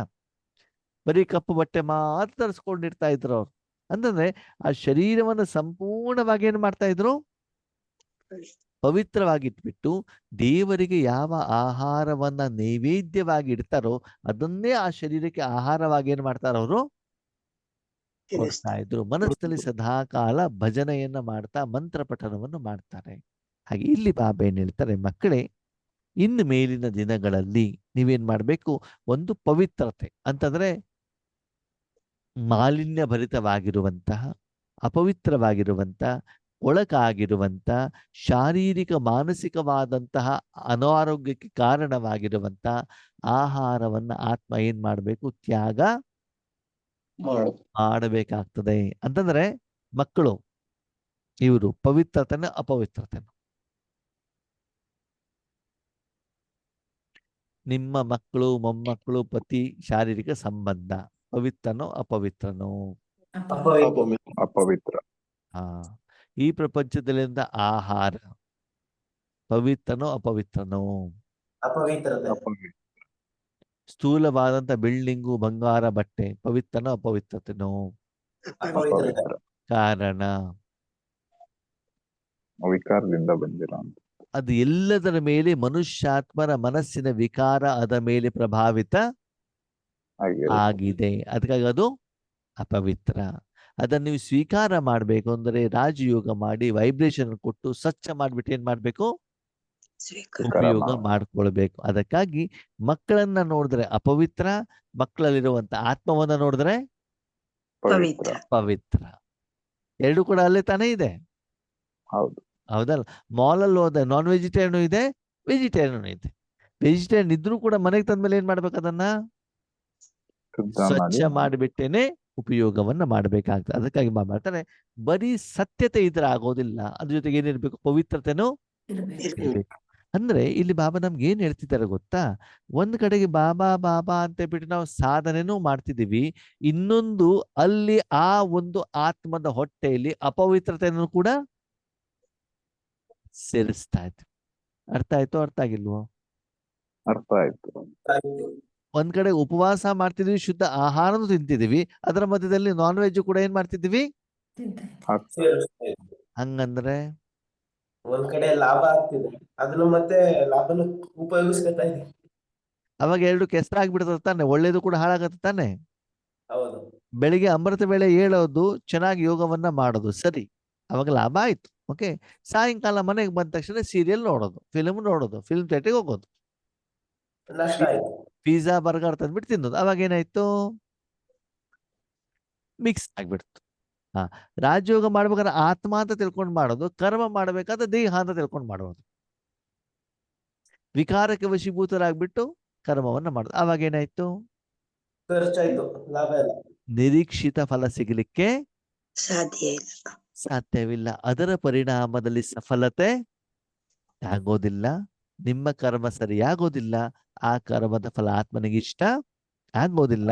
ನಿಧಾನಕ್ಕೆ ಈಶ್ವರನಿಂದ, ಈಶ್ವರ ವಿಶ್ವವಿದ್ಯಾಲಯದಿಂದ, ಜ್ಞಾನದಿಂದ ಆತ್ಮ ಏನಾಗ್ತದೆ? ಹೊರಗಡೆ ಬರುತ್ತೆ. ದೂರ ಬರ್ಲಿಕ್ಕೆ ಆರಂಭ ಆಗತ್ತೆ. ಅರ್ಥ ಆಯ್ತು ಬಾಬಾ ಏನ್ ಮುರಳಿ ನುಡಿಸ್ತಾ ಇದ್ದಾರೆ ಅಂತ? ಅರ್ಥ ಆಯ್ತು. ಮೊದಲು ಬಾಬಾರವರ ಉದ್ದೇಶ ಏನು ಅಂತ ತಿಳ್ಕೊಳ್ಳಿ. ಇಷ್ಟೆಲ್ಲ ಇದನ್ನೆಲ್ಲ ಮಿಸ್ಟೇಕ್ ನಾವು ಮಾಡ್ತಿದ್ದೀವೋ ಇಲ್ವೋ? ಮಾಡ್ತೀವಿ. 100% ಮಾಡ್ತಾರೆ. ಒಂದು ಕಡೆಯಿಂದ ಸತ್ಯತೆಯನ್ನು ಮಾಡ್ತಿದೀವಿ, ಅದನ್ನು ಸ್ವೀಕಾರ ಮಾಡ್ತೀವಿ, ನಮ್ಗೆ ಇಷ್ಟನೂ ಕೂಡ ಆಗ್ತದೆ, ಇದನ್ನೇ ಸದಾ ಇರ್ಲಿ ಅಂತ ಅನಿಸ್ತಾ ಇರ್ತದೆ. ಜೊತೆಗೆ ಇದು ಅಸತ್ಯ ಅಂತ ಗೊತ್ತಿದ್ರೂ ಕೂಡ ಅದನ್ನ ನಾವೇನ್ ಮಾಡ್ತಿರ್ತೀವಿ? ಸ್ವೀಕಾರ ಮಾಡ್ತಾರೆ. ಈಗ ಸಿಗರೇಟ್ ಸೇವನೆಗೆ ಅದು ಹಾನಿಕಾರಕ ಅಂತ ಗೊತ್ತಿರ್ತದೋ ಗೊತ್ತಿರಲ್ವೋ? ಗೊತ್ತಿರುತ್ತೆ. ಸರಾಯಿ ಕುಡಿಯೋನಿಗೆ ಗೊತ್ತಿರುತ್ತೆ. ಅದು ತಗೊಳ್ತಾ ಅಂತಾನೆ. ಹೌದು. ಹಾಗೆ ನಮಗೂ ಕೂಡ ಗೊತ್ತಿರ್ತದಲ್ಲ, ಸುಳ್ಳು ಹೇಳೋದು, ಮೋಸ ಮಾಡೋದು, ಸಿಟ್ಟು ಮಾಡೋದು, ಬೇರೆಯವ್ರ ಕಾಲು ಎಳೆಯೋದು, ಹೋಟೆಲಲ್ಲಿ ತಿನ್ನೋದು ತಪ್ಪು ಅಂತ ಗೊತ್ತಿದೆಯೋ ಗೊತ್ತಿಲ್ವೋ? ಆದ್ರೂ ಮಾಡ್ತೀವೋ ಮಾಡಲ್ವೋ? ಅದರ ಪರಿಣಾಮವನ್ನು ಭೋಗಿಸ್ಬೇಕೋ ಬೇಡವೋ? ಅನುಭವಿಸ್ಲೇಬೇಕು. ಅದನ್ನು ಅನುಭವಿಸ್ತಾ ಇದ್ದೀರಿ. ಅದಕ್ಕಾಗಿ ನಿರೀಕ್ಷಿತ ಮಟ್ಟದಲ್ಲಿ ಇಂಪ್ರೂವ್ಮೆಂಟ್ಸ್ ಆಗ್ತಾ ಇಲ್ಲ. ಅಂದ್ರೆ ಇಷ್ಟು ಸೂಕ್ಷ್ಮವಾಗಿ ನಾವೇನೇನು ತಪ್ಪು ಮಾಡ್ತಿದೀವಿ ಅಂತ ಬಾಬಾ ನಮ್ಗೇನ್ ಮಾಡ್ತಿದ್ದಾರೆ? ಪ್ರತಿ ಮುರ್ಲಿಯಲ್ಲಿ ತಿಳಿಸ್ತಾ ಇದ್ದಾರೆ. ಓಕೆ, ಒಂದು ಸತ್ಯತೆ ಮತ್ತು ಪವಿತ್ರತೆ ಶಕ್ತಿಯ ಸ್ವರೂಪ. ಇವಾಗ ಇದಕ್ಕೆ ಬರೋಣ. ಸ್ವರೂಪ, ಸ್ವರೂಪ ಅಂತಂದ್ರೆ ಏನು? ಧರಿಸೋದು. ಧರಿಸೋದು ಯಾವ್ದನ್ನ? ಸ್ವ ಅಂದ್ರೆ ನಾನು, ನಂದೇ ರೂಪ. ನಿಮ್ ರೂಪ ಯಾವುದು? ನಿರಾಕಾರ. ಗುಣಗಳು, ಶಾಂತಿ, ಆನಂದ, ಪ್ರೇಮ. ಆತ್ಮದ ರೂಪ ಯಾವುದು? ನಿರಾಕಾರ. ನಿಮ್ಮ ಶರೀರ ಅಂತ ತಿಳ್ಕೊಳ್ಳಿ. ಶರೀರದ ರೂಪ ಯಾವುದು? ಕೈ ಕಾಲು ತಲೆ. ಕೈ ಕಾಲು ತಲೆ ಎಲ್ಲ ಶರೀರದ ರೂಪ, ಹೌದಾ? ಹೌದು. ನಾನು ಮೇಲಿಂದ ಕೆಳಗಡೆವರೆಗೂ ಕೂಡ ರೇನ್ಕೋಟ್ ಹಾಕೊಂಡ್ಬಿಟ್ಟಿದ್ದೇನೆ, ಮುಖಕ್ಕೆ ಹೆಲ್ಮೆಟ್ ಹಾಕೊಂಡ್ಬಿಟ್ಟಿದ್ದೇನೆ. ಅವಾಗ ಜನರಿಗೆ ಏನ್ ಕಾಣ್ತದೆ? ಕಣ್ಣು, ಕಿವಿ, ಮೂಗು, ಕೂದಲು ಎಲ್ಲ ಕಾಣುತ್ತಾ? ಆಕೃತಿ ಅಷ್ಟೇ. ಏನ್ ಕಾಣ್ತದೆ? ಆಕೃತಿ. ಅವ್ರಿಗೆ ರೇನ್ಕೋಟ್ ಕಾಣ್ತದೆ, ಹೆಲ್ಮೆಟ್ ಕಾಣ್ತದೆ, ಹೊರಗಡೆಗೆ ಏನಿದೆ ಅದೇ ತಾನೇ ಕಾಣ್ತದೆ. ಒಳಗಡೆಗೆ ಶರೀರ ಇದೆ. ಶರೀರದ ಮೇಲೆ ಏನ್ ಧರಿಸಿದಿರಿ ನೀವು? Raincoat. ನೀವೇನು ಧರಿಸಿದಿರಿ ಅದೇ ತಾನೇ ಅವ್ರಿಗೆ ಕಾಣ್ತದೆ. ಹೌದು. ನೀವು ಹೆಣ್ಣು, ಗಂಡು, ಚಿಕ್ಕವರು, ದೊಡ್ಡವರು, ಬೆಳ್ಳಗಿದಿರೋ, ಕಪ್ಪಿದಿರೋ, ಹಿಂದೂ, ಮುಸ್ಲಿಂ ಏನಾದ್ರು ಕಾಣುತ್ತಾ? ನಿಮ್ಮ ಹೊರಗಡೆಗೆ ಏನು ಧರಿಸಿದಿರೋ ಅದನ್ನೇ ಅವ್ರಿಗೆ ಏನಾಗತ್ತೆ? ಕಾಣುತ್ತೆ. ಈಗ ಹೇಳಿ, ಸ್ವರೂಪ ಅಂತಂದ್ರೆ ಏನು? ಸ್ವ ಅಂದ್ರೆ ಯಾರು? ಆತ್ಮನ ರೂಪ ಯಾವುದು? ಸಪ್ತ ಗುಣಗಳು. ಆತ್ಮದ ರೂಪ ನಿರಾಕಾರ. ಉದಾಹರಣೆಗೆ ನಿಮ್ಮ ಹತ್ರ ಒಂದು ಶರೀರ ಇದೆ ತಾನೆ? ಇರ್ತದೆ ತಾನೆ? ಹಾಗೆ ಈ ಪ್ರಪಂಚದಲ್ಲಿ ಬರೀ ಶರೀರ ಇಟ್ಕೊಂಡೇ ನೀವು ಕರ್ಮ ಮಾಡ್ಲಿಕ್ಕೆ ಹೋಗ್ತಿರೋ, ಶರೀರದ ಮೇಲೆ ಒಡವೆ, ಬಟ್ಟೆ, fair and lovely, hair dye ಎಲ್ಲ ಹಚ್ಕೊಂಡ್ಬಿಟ್ಟು ಹೋಗ್ತಿರೋ ಡ್ಯೂಟಿಗೆ, ಕೆಲ್ಸಕ್ಕೆ, ಹೊರಗಡೆ ಪ್ರಪಂಚಕ್ಕೆ? ಹಚ್ಕೊಂಡೆ ಹೋಗ್ತೀನಿ. ಅವಾಗ ಜನರಿಗೆ ಶರೀರ ಕಾಣುತ್ತೋ, ನೀವು ಹಾಕೊಂಡಿರುವಂತ ಡ್ರೆಸ್ ಕಾಣುತ್ತೋ? ನಾವು ಹಾಕೊಂಡಿರೋಂಥ ಡ್ರೆಸ್ ಕಾಣ. ಈಗ ಹೇಳಿ, ಆತ್ಮದ ರೂಪ ಯಾವುದು? ಆತ್ಮದ ರೂಪ ಯಾವುದು? ಸಪ್ತ ಗುಣಗಳು. ಅದ್ ಯಾವ್ದ್ರ ಜೊತೆ ಜೋಡಣೆ ಆಗುತ್ತೆ ಅದ್ರ ರೂಪ, ಅದ್ರಲ್ಲಿರೋ ಗುಣನ? ಆತ್ಮ ಯಾವ ಸೆಕೆಂಡಲ್ಲಿ ಯಾರ ಜೊತೆ ಮನಬುದ್ಧಿಯಿಂದ ಜೋಡಣೆ ಆಗಿದ್ದು? ಯಾವ್ದಿಂದ? ಮನಬುದ್ಧಿ ಜೋಡಣೆ ಆಗ್ಬೇಕು. ಆತ್ಮ ಯಾವ ಸೆಕೆಂಡಲ್ಲಿ ಮನಬುದ್ಧಿಯಿಂದ ಯಾರ ವ್ಯಕ್ತಿ, ವಸ್ತು, ವಿಷಯ, ಸಂಗತಿ, ವಿಕಾರ, ಸೇವೆ, ಒಳ್ಳೆ ಗುಣ, ದುರ್ಗುಣ ಯಾವ್ದ್ರ ಜೊತೆಗೆ ನೀವು ಜೋಡಣೆ ಆಗಿದೋ ಅದರ ರೂಪ ಆತ್ಮದ ಮೇಲೆ ಬೀಳುತ್ತೆ. ಅರ್ಥ ಆಯ್ತು? ಅರ್ಥ ಆಗಿಲ್ವೋ? ಗೊತ್ತಾಯ್ತು. ನಿಮ್ಮಲ್ಲಿ ನೂರಾರು ಬಟ್ಟೆಗಳಿರ್ಬೋದು, ಆದ್ರೆ ಆ ದಿನ ನೀವ್ ಏನ್ ಧರಿಸಿದಿರಿ ಅದರ ಎಫೆಕ್ಟ್ ನಿಮ್ಮ ಮೇಲೆ ಬೀಳ್ತದೆ ತಾನೆ? ಹೌದು. ಬೇರೆಯವ್ರಿಗೂ ಅದೇ ಕಾಣುತ್ತೆ ತಾನೆ? ಇದು ಸ್ವರೂಪ ಅಂತಂದ್ರೇನು? ಯಾವ ಸಮಯದಲ್ಲಿ ಮನಬುದ್ಧಿಯಿಂದ ಆತ್ಮ ಈ ಪ್ರಪಂಚ ಅಂತಂದ್ರೆ 3 ಲೋಕ, ಜ್ಞಾನ, ಸ್ವಪ್ನ ಏನೇ ಇದ್ರೂ ಕೂಡ ಯಾವ್ದ್ರ ಜೊತೆಗೆ ಜೋಡಣೆ ಆಗಿದೆಯೋ ಅದರ ರೂಪ ಯಾವ್ದ್ರ ಮೇಲೆ ಬೀಳ್ತದೆ? ಆತ್ಮನ ಮೇಲೆ. ಸರಿ. ನಿಮ್ ಶರೀರ ಎಲ್ಲೇ ಕುಂತಿರ್ಬೋದು, ಮನಸ್ಸು ಬುದ್ಧಿ ಬಾಬನ ಜೊತೆಲಿ ಇದ್ರೆ ಆತ್ಮನ ರೂಪ ಯಾವುದು? ಬಂದೇ ಆಗುತ್ತೆ. ಸಪ್ತ ಗುಣಗಳು. ಹ್ಮ್. ಸರಿನಾ? ಓಕೆ. ನಿಮ್ ಸೊಸೆ ಜೊತೆ ಗುರ್ರ ಸಿಟ್ಟಿದೆ, ಸೊಸೆ ಅಂತ ತಕ್ಷಣ ಏನಾಗ್ಬಿಡ್ತದೆ? ದೇಹದ ಸಿಟ್ಟು ಬರ್ತದೆ ಅಲ್ವಾ? ಸರಿ. ಸಕ್ಕರೆಯನ್ನು ನೆನಪು ಮಾಡದೆ ಏನಾಗ್ತದೆ? ಕಹಿ ಸಕ್ಕರೆ ಅನುಭವ ಸಿಹಿ. ಆಗ್ತದೆ. ಸಿಹಿ ಅನುಭವ. ಯಾಕಂದ್ರೆ ಅದರಲ್ಲಿ ಅದೇ ರೂಪ ಇದೆ ತಾನೆ, ಅದನ್ನು ಮೊದಲು ಅನುಭವಿಸಾಗಿದೆ ತಾನೆ ನಿಮ್ಗೆ. ಹ್ಮ್. ಹೌದು. ಅರ್ಥ ಆಯ್ತು ಇವಾಗ? ಸ್ವರೂಪ ಅಂತಂದ್ರೆ ಏನು? ಆತ್ಮ ಯಾವ ಯಾವ್ದು? ಸೆಕೆಂಡಿನಲ್ಲಿ ನಾನು ಯಾರ ಜೊತೆಗೆ ಜೋಡಣೆ ಆಗಿದ್ದೇನೋ ಆಗಿದ್ದೇನೆ. ಇದೇ ಸ್ವರೂಪ. ಆದರೆ ಜೋಡಣೆ ಆಗುವ ಮೊದಲು ಕೆಲವೊಂದು ಸಲ ಕೆಲವೊಂದು ಸಾಧನವನ್ನ ರೆಡಿ ಮಾಡಿ ಆಮೇಲೆ ಜೋಡಣೆ ಆಗಬೇಕಾಗ್ತದೆ. ಅರ್ಥ ಆಯ್ತು? ಅರ್ಥ ಆಗಿಲ್ವೋ? ಆ, ಅರ್ಥ ಆಯ್ತು. ಆಯ್ತು. ಈಗ ನನಗೆ ಬಟ್ಟೆ ಧರಿಸ್ಕೊಳ್ಬೇಕು, ಸರಿ. ಅದು ಬಟ್ಟೆ ಮಲಿನ ಇದ್ದಿದ್ದು ಧರಿಸ್ಲಿಕ್ಕೆ ಆಗತ್ತಾ? ಆಗಲ್ಲ. ಧರಿಸಬಹುದು, ಏನು ತೊಂದರೆ ಇಲ್ಲ. ಆದ್ರೆ ಅದ್ರಲ್ಲಿ ಏನು ನೀರಿದೆಯೋ, ಅದ್ರಲ್ಲಿ ಏನು ಕೆಸರಿದೆಯೋ, ಕೊಳಕಿದೆಯೋ, ದುರ್ವಾಸನೆ ಇದೆಯೋ, ಅದರ ಪ್ರಭಾವ ನನ್ನ ಮೇಲೆ. ನಾನು ಮಲಗಲಿಕ್ಕೆ ಹೋಗಿರ್ತೇನೆ, ಹೌದು. ಅದ್ರಲ್ಲಿ ಬೆಡ್ಶೀಟ್ ಕ್ಲೀನ್ ಮಾಡ್ತಾನೆ ಮಲ್ಕೊಳ್ತೇನೆ. ಏನಿಗೆ ಹೋಗಿರ್ತೇನೆ, ಹೌದು. ಅದ್ಮೇಲೆ ಮಲ್ಕೊಳ್ಬೇಕಂದ್ರೆ ಧೂಳಿದ್ದು ತೆಗೆದು ಬಿಡ್ತಾನೆ ಮಲ್ಕೊಳ್ತೇನೆ. ಊಟ ಮಾಡಬೇಕಾದ್ರೆ ಕೈಯನ್ನು ಕ್ಲೀನ್ ಮಾಡ್ಬಿಡ್ತಾನೆ ಊಟ ಮಾಡ್ತೇನೆ, ಹೌದಲ್ವೋ? ಅವಾಗ ಅದನ್ನು ಮಾಡಿದಾಗ ಮಾತ್ರ ಕರ್ಮ ಏನಾಗಿರ್ತದೆ? ಸರಿಯಾಗಿರ್ತದೆ. ಆ ಕರ್ಮದ ಫಲನೂ ಕೂಡ ಸರಿಯಾಗಿ ಇರ್ತದೆ. ಹೌದು. ಹಾಗಿದ್ರೆ ರಾಜಯೋಗ ಮಾಡ್ಬೇಕಾದ್ರೆ ಕರ್ಮ ಮಾಡ್ಬೇಕಾದ್ರೆ ಏನ್ ಮಾಡ್ಬೇಕಂತ ಬಾಬಾ ಹೇಳ್ತಾರೆ? ಸ್ವಚ್ಛ ಮಾಡು. ಮೊದಲು ಪವಿತ್ರತೆಯ ಶಕ್ತಿ ಅಂದ್ರೆ ನಿನ್ನ ಮನಸ್ಸನ್ನ ಈ ಪ್ರಪಂಚದ ಯಾವುದೇ ವ್ಯಕ್ತಿಗಳ ಜೊತೆಗೆ ನೀನು ಇಡಬಾರ್ದು. ನೀನು ಆತ್ಮನಾಗಿ ಕರ್ಮ ಮಾಡ್ಬೇಕು. ಏನ್ ಮಾಡ್ಬೇಕು? ಆತ್ಮನಾಗಿ ಅಂದ್ರೆ ಅಂದ್ರೆ ಎಲ್ಲದರಿಂದ ಡಿಟ್ಯಾಚ್ ಆಗ್ಬೇಕು. ಮೂರು ಲೋಕದಲ್ಲಿ ನೀನು ಒಂದು ಶಕ್ತಿ ಅಷ್ಟೇ ಬಿಟ್ರೆ ಹ್ಮ್. ಈ ಮೂರು ಲೋಕದಲ್ಲಿ ನಿನ್ನದು ಅಂತ ಏನು ಇಲ್ಲ. ಕರ್ಮ ಮಾಡಬೇಕಾದ ಆ ಮನಸ್ಸಿನಲ್ಲಿ ನಿನ್ನದು ಹೇಳುವಂತ ಅಜ್ಞಾನವನ್ನ ತೆಗೆದುಕೊಂಡು ಕರ್ಮ ಕ್ಷೇತ್ರಕ್ಕೆ ಇಳಿಯಬಾರದು. ಅದು ರಾಜಯೋಗನ ಇರ್ಬೋದು, ಸೇವೆ ಇರ್ಬೋದು, ಪುರುಷಾರ್ಥ ಇರ್ಬೋದು, ಲೌಕಿಕ ಇರ್ಬೋದು, ಅದಕ್ಕೆ ವಾಟ್ ಎವರ್ ಇಟ್ ಏನೇ ಇದ್ದೂ ಕೂಡ ಕರ್ಮ ಕರೆಕ್ಟ್ ಆಗಿ ಆಗ್ಬೇಕು ಅಂತಂದ್ರೆ ಕೇವಲ ಸತ್ಯತೆ ಶಕ್ತಿ. ಯಾವುದು ಸತ್ಯ? ನನ್ನ ಆತ್ಮ ಹೇಳೋದು ಸತ್ಯ, ನಾನು ಇಂಡಿಪೆಂಡೆಂಟ್ ಎನರ್ಜಿ ಹೇಳೋದು ಸತ್ಯ. ಈ ಪ್ರಪಂಚದ ಮೂರು ಲೋಕದಲ್ಲಿ ನನ್ನ ಯಾರು ಇಲ್ಲ ಹೇಳೋದು ಸತ್ಯ. ಕಹಿ ಸತ್ಯ ಅಂತ ಹೇಳ್ತಾರೆ. 100% ಅಕ್ಯುರೇಟ್ ಸತ್ಯ. ಏನು ಪರಮಾತ್ಮನು ಕೂಡ ನಿಮ್ಮವರಲ್ಲ, ಅವರು ಕೂಡ ಒಂದು ಸಪರೇಟ್ ಆಗಿರುವಂತ ಶಕ್ತಿ ಅವರು, ಹೌದು ತಾನೇ? ಹೌದು. ಅದಕ್ಕಾಗಿ ಮೊದಲನೇದಾಗಿ ನೀನು ಕರ್ಮ ಕ್ಷೇತ್ರ ಮಾಡ್ಬೇಕಾದ್ರೆ ಯಾವುದೇ ಕರ್ಮ ಮಾಡಬೇಕಾದ್ರೆ ಮೊದಲು ನೀನು ಆತ್ಮ ಒಂದು ನಿರಾಕಾರ ಶಕ್ತಿ ಅಷ್ಟನ್ನು ಮಾತ್ರ ಹೇಳಬೇಕು. ಎರಡನೇದು, ಅದಕ್ಕೆ ತೊಂದರೆ ಆಗಿರುವಂತ ಪವಿತ್ರತೆ ಇದೆಯಲ್ಲ, ಅಪವಿತ್ರತೆ ಇದೆಯಲ್ಲ. ಯಾವ್ದು ಅಪವಿತ್ರತೆ? ಮನೆ ನಂದು, ಬಂಗಾರ ನಂದು, ಜಮೀನ್ ನಂದು, ಮಕ್ಕಳ ನಂದವರು, ಮೊಮ್ಮಕ್ಕಳು ನಂದವರು, ಇದೆಲ್ಲದಿಂದ ಕೂಡ ನೀನೇನಾಗಿರ್ಬೇಕು? ಡಿಟ್ಯಾಚ್ ಆಗ್ಬಿಟ್ಟು ಶಕ್ತಿ ಸ್ವರೂಪ ಅಂತ ಹೇಳ್ತಾರೆ ಬಾಬಾ. ಏನ್ ಹೇಳ್ತಾರೆ? ಶಕ್ತಿ ಸ್ವರೂಪ. ಸತ್ಯತೆ ಮತ್ತು ಪವಿತ್ರತೆ ಹೇಳುವಂತ ಶಕ್ತಿ ಅದರ ಸ್ವರೂಪ, ಅದರ ರೂಪ ನಿಮ್ದೇನಾಗ್ಬೇಕಾಗ್ತದೆ? ಬರಬೇಕಾಗ್ತದೆ. ಯಾವಾಗ? ಆದ್ಮೇಲೆ ಶರೀರಕ್ಕೆ ಉದಾಹರಣೆ ತಗೊಳ್ಳೋಣ. ಶರೀರಕ್ಕೆ ಶಕ್ತಿ ಯಾವಾಗ ಸಿಗ್ತದೆ? ಊಟ ಕೊಟ್ಟಾಗ. ಆ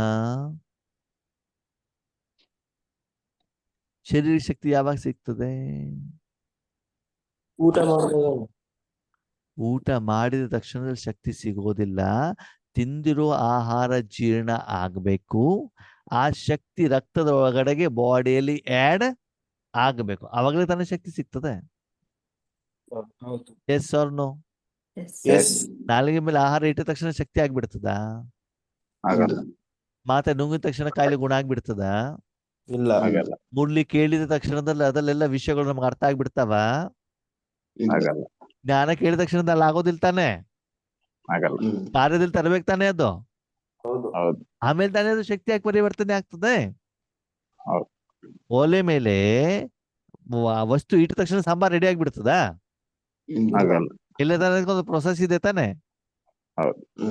ಹಾಗೆ ಇಲ್ಲೂ ಕೂಡ ಬಾಬಾ ಹೇಳ್ತಾರೆ ಶಕ್ತಿ ಸ್ವರೂಪ ಅಂತಂದೇನು ಅಂತಂದ್ರೆ, ಇವಾಗ ನೋಡಿ, ಗುಲಾಬ್ ಜಾಮೂನ್ ಮಾಡಬೇಕು, ತಿನ್ಬೇಕು, ನಾಲ್ಗೆ ಮೇಲೆ ಇಡಬೇಕು, ರುಚಿ ಆಗ್ಬೇಕು, ಹೊಟ್ಟೆ ಒಳಗಡೆ ಹೋಗ್ಬೇಕು, ಆಮೇಲೆ ಅದು ಶಕ್ತಿಯಾಗಿ ಜನರೇಷನ್ ಆಗ್ಬೇಕು, ಆಮೇಲೆ ಏನಾಗ್ತದೆ ಆ ಶಕ್ತಿಯನ್ನ ಶರೀರ ಉಪಯೋಗ ಮಾಡ್ಬೇಕು. ಮಾಡತ್ತೆ. ಹೌದು ತಾನೆ? ಹಾಗೆ ಇಲ್ಲೂ ಕೂಡ ಬಾಬಾ ಏನ್ ಹೇಳ್ತಾರೆ ಅಂದ್ರೆ ತಿಂದಿರುವಂತ ಆಹಾರವನ್ನ ತೆಗೆದುಕೊಂಡು ಅದು ಬೇಕಾಗಿರೋದನ್ನ ಇಟ್ಕೊಂಡು ಬೇರೆದನ್ನೆಲ್ಲ ಸಪ್ರೇಟ್ ಮಾಡಿ, ಲಿಕ್ವಿಡ್ ಸಪ್ರೇಟ್ ಮಾಡಿ, ಹಾರ್ಡ್ನ ಸಪ್ರೇಟ್ ಮಾಡಿ ಎಲ್ಲ ಆಗಿ ಜನರೇಟ್ ಆಗಿ ಎಲ್ಲ ಆದ್ಮೇಲೆ ಅದು ಬ್ಲಡ್ ಒಳಗಡೆಗೆ ಏನಾಗಬೇಕು, ಆ್ಯಡ್ ಆದಾಗ ಅದು ಶಕ್ತಿಯಾಗಿ ಕನ್ವರ್ಷನ್ ಆಗುತ್ತೆ. ಆಗ್ತದೆ. ಇವತ್ತು ಬಾಬಾ ಏನ್ ಹೇಳ್ತಾರೆ, ಮಕ್ಕಳೇ ನೀವು ಬರೀ ಜ್ಞಾನ ಮಾತ್ರ ತಗೊಳ್ತಾ ಇದ್ದೀರಿ, ಹೊರತು ಶಕ್ತಿ ತಗೊಂತ ಇಲ್ಲ. ಸ್ವರೂಪ ಇಲ್ಲ.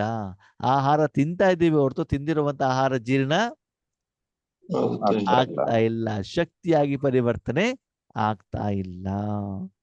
ಅಂದ್ರೆ ಸ್ವರೂಪ ಆಗ್ತಾ ಇಲ್ವಂತೆ. ಏನಾಗ್ತಾ ಇಲ್ಲ? ಸ್ವರೂಪ.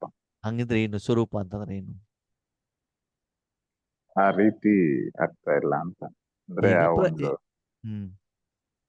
ಹೇಳಿ. ಈಗ ಪ್ರಶ್ನೆ, ಓಕೆ, ಈಗ ಕಣ್ಣು ಮುಚ್ಕೊಂಡು ಸ್ವಪ್ನ ತಗೊಳ್ಳೋದೇನು, ನಾನು ಗುಲಾಬ್ ಜಾಮೂನ್ ತಿಂದಿದ್ದೇನೆ, ಅವಾಗ ಶಕ್ತಿ ಸ್ವರೂಪ ಆಯ್ತು ಆಗಲ್ವೋ? ಆಗಲ್ಲ. ಆಗೋದಿಲ್ಲ. ಸರಿ, ಯಾರೋ ಗುಲಾಬ್ ಜಾಮೂನ್ ಮಾಡೋದನ್ನ ನೋಡ್ತಾ ಕೂತ್ಕೊಳ್ಳೋದು, ಅವಾಗ ಗುಲಾಬ್ ಜಾಮೂನ್ ಸ್ವರೂಪ ನಿಮ್ಗೆ ಬರ್ತದೋ ಬರಲ್ವೋ? ಬರಲ್ಲ. ಗುಲಾಬ್ ಜಾಮೂನ್ ಫೋಟೋ ನೋಡ್ತಾ ಕೂತ್ಕೊಳ್ಳೋದು, ಆವಾಗ ನಿಮಗೆ ಅದರ ಸ್ವರೂಪ ಗೊತ್ತಾಗ್ತದೋ ಇಲ್ವೋ? ಗೊತ್ತಾಗಲ್ಲ. ಓಕೆ, ನಾನು ಗುಲಾಬ್ ಜಾಮೂನ್ ತಿಂತಾ ಇದ್ದೇನೆ ಬರಿತಾ ಹೋಗೋದು ಒಂದು 10,000 ಸಲ, ಆವಾಗ ಗುಲಾಬ್ ಜಾಮೂನ್ ಸ್ವರೂಪ ಗೊತ್ತಾಗುತ್ತೋ ಇಲ್ವೋ? ಸ್ವರೂಪ ಗೊತ್ತಾಗೋದು ಯಾವಾಗ? ಅದು ಪ್ರಾಕ್ಟಿಕಲ್ ಅಲ್ಲಿ ತಗೊಂಡ್ಬರ್ಬೇಕು. ತಿನ್ನೋ ಮೊದಲು ಯಾರು ಮಾಡ್ಬೇಕು? ನಾನೇ ನಾನೇ ಮಾಡ್ಬಿಟ್ಟು ಅದನ್ನ ನಾಲ್ಗೆ ಮೇಲೆ ಇಡಬೇಕು. ರುಚಿಯ ಜೊತೆಗೆ ನೀವು ಕನೆಕ್ಟ್ ಆದಾಗ, ರುಚಿ ಜೊತೆಗೆ ಏನಾಗ್ಬೇಕು? ಗುಲಾಬ್ ಜಾಮೂನ್ ರೆಡಿ ಮಾಡ್ಬೇಕು, ಒಂದೇ ನೀವು ಮಾಡ್ಬೇಕು ಅಥವಾ ಬೇರೆಯವ್ರು ಮಾಡಿರ್ಬೇಕು. ಅದನ್ನ ನಾಲ್ಗೆ ಮೇಲೆ ಇಟ್ಟಾಗ ಗುಲಾಬ್ ಜಾಮೂನಿನ ರೂಪ ಯಾರಿಗೆ ಬರ್ತದೆ? ತಿಂದವ್ರಿಗೆ. ಆತ್ಮನಿಗೆ, ತಿನ್ನೋರಿಗೆ. ಅಲ್ಲಿವರೆಗೆ ಬರೀ ನೋಡೋದ್ರಿಂದ, ಕೇಳೋದ್ರಿಂದ, ಬರೆಯೋದ್ರಿಂದ ಏನಾಗೋದಿಲ್ಲ. ಬರಲ್ಲ. ಬಾಬಾ ಏನ್ ಹೇಳ್ತಾರೆ ಗೊತ್ತಾಗ್ತಾ ಇದೆಯಾ? ನಾನು ಮಾಸ್ಟರ್ ಸರ್ವಶಕ್ತಿಮಾನ್ ಅಂತ ಬರ್ಕೊಳ್ತಾ ಹೋದ್ರೆ ಸ್ವರೂಪ ಬಂದ್ಬಿಡ್ತದ? ಬರಲ್ಲ. ಹೇಳಿದ್ರೆ ಆಗತ್ತಾ? ಕಿರಣ ನೋಡಿದ್ರೆ ಆಗತ್ತಾ? ಆಗಲ್ಲ. ಮತ್ತೆ ಪ್ರಾಕ್ಟಿಕಲ್ ಮಾಡ್ಬೇಕು. ಶಕ್ತಿಯ ಅನುಭವ ಆಗ್ಬೇಕು. ಅಶಾಂತಿಯ ಅನುಭವ ಆಗಬೇಕು, ಆವಾಗ ಅದರ ರೂಪ ನನಗೆ ಬಂತು ಅಂತ ಅರ್ಥ. ಆ ಅನುಭವ ಆಗ್ಬೇಕು ಅಂತಂದ್ರೆ ಒಂದು ಸತ್ಯತೆ ಶಕ್ತಿ ಇರಬೇಕು, ಇನ್ನೊಂದು ಪವಿತ್ರತೆ ಶಕ್ತಿ ಇರಬೇಕು. ಇದು ಎರಡು ಇದ್ದಾಗ ನೀನು ಬರೀ ಆತ್ಮ ಅಂತ ತಿಳ್ಕೊಂಡು ಮನಸ್ಸನ್ನು ಕೇವಲ ಪರಮಾತ್ಮನಲ್ಲಿ ಇಟ್ಟಾಗ ಏನಾಗ್ತದೆ? ಪರಮಾತ್ಮನ ಶಕ್ತಿಯ ಅನುಭವ ನಿನಗೆ ಆಗ್ತದೆ. ಅವಾಗ ಸತ್ಯ ಏನು ಅಂತ ನಿನಗೆ ಗೊತ್ತಾಗುತ್ತದೆ. ಅದು ಈ ಸ್ಟೇಜ್ ಬರ್ಬೇಕಂದ್ರೆ ಏನು ಇನ್ನೂ ಕೆಲವೊಂದು ಕಂಡೀಷನ್ಗಳಿದ್ದಾವೆ, ಅದನ್ನು ಮುಂದಿನ ವಾಕ್ಯದಲ್ಲಿ ಬಾಬಾ ಹೇಳಿದ್ದಾರೆ. ಅದನ್ನ ನಾಳೆ ಚರ್ಚೆ ಮಾಡೋಣ. ಅಂದ್ರೆ ಬಾಬಾ ಹೇಳ್ತಾರೆ ಇನ್ನೂವರೆಗೂ ಕೂಡ ನಾವು ಸ್ವರೂಪದಲ್ಲಿ ಬಂದಿಲ್ಲ ಇನ್ನು. ಬಂದಿಲ್ಲ.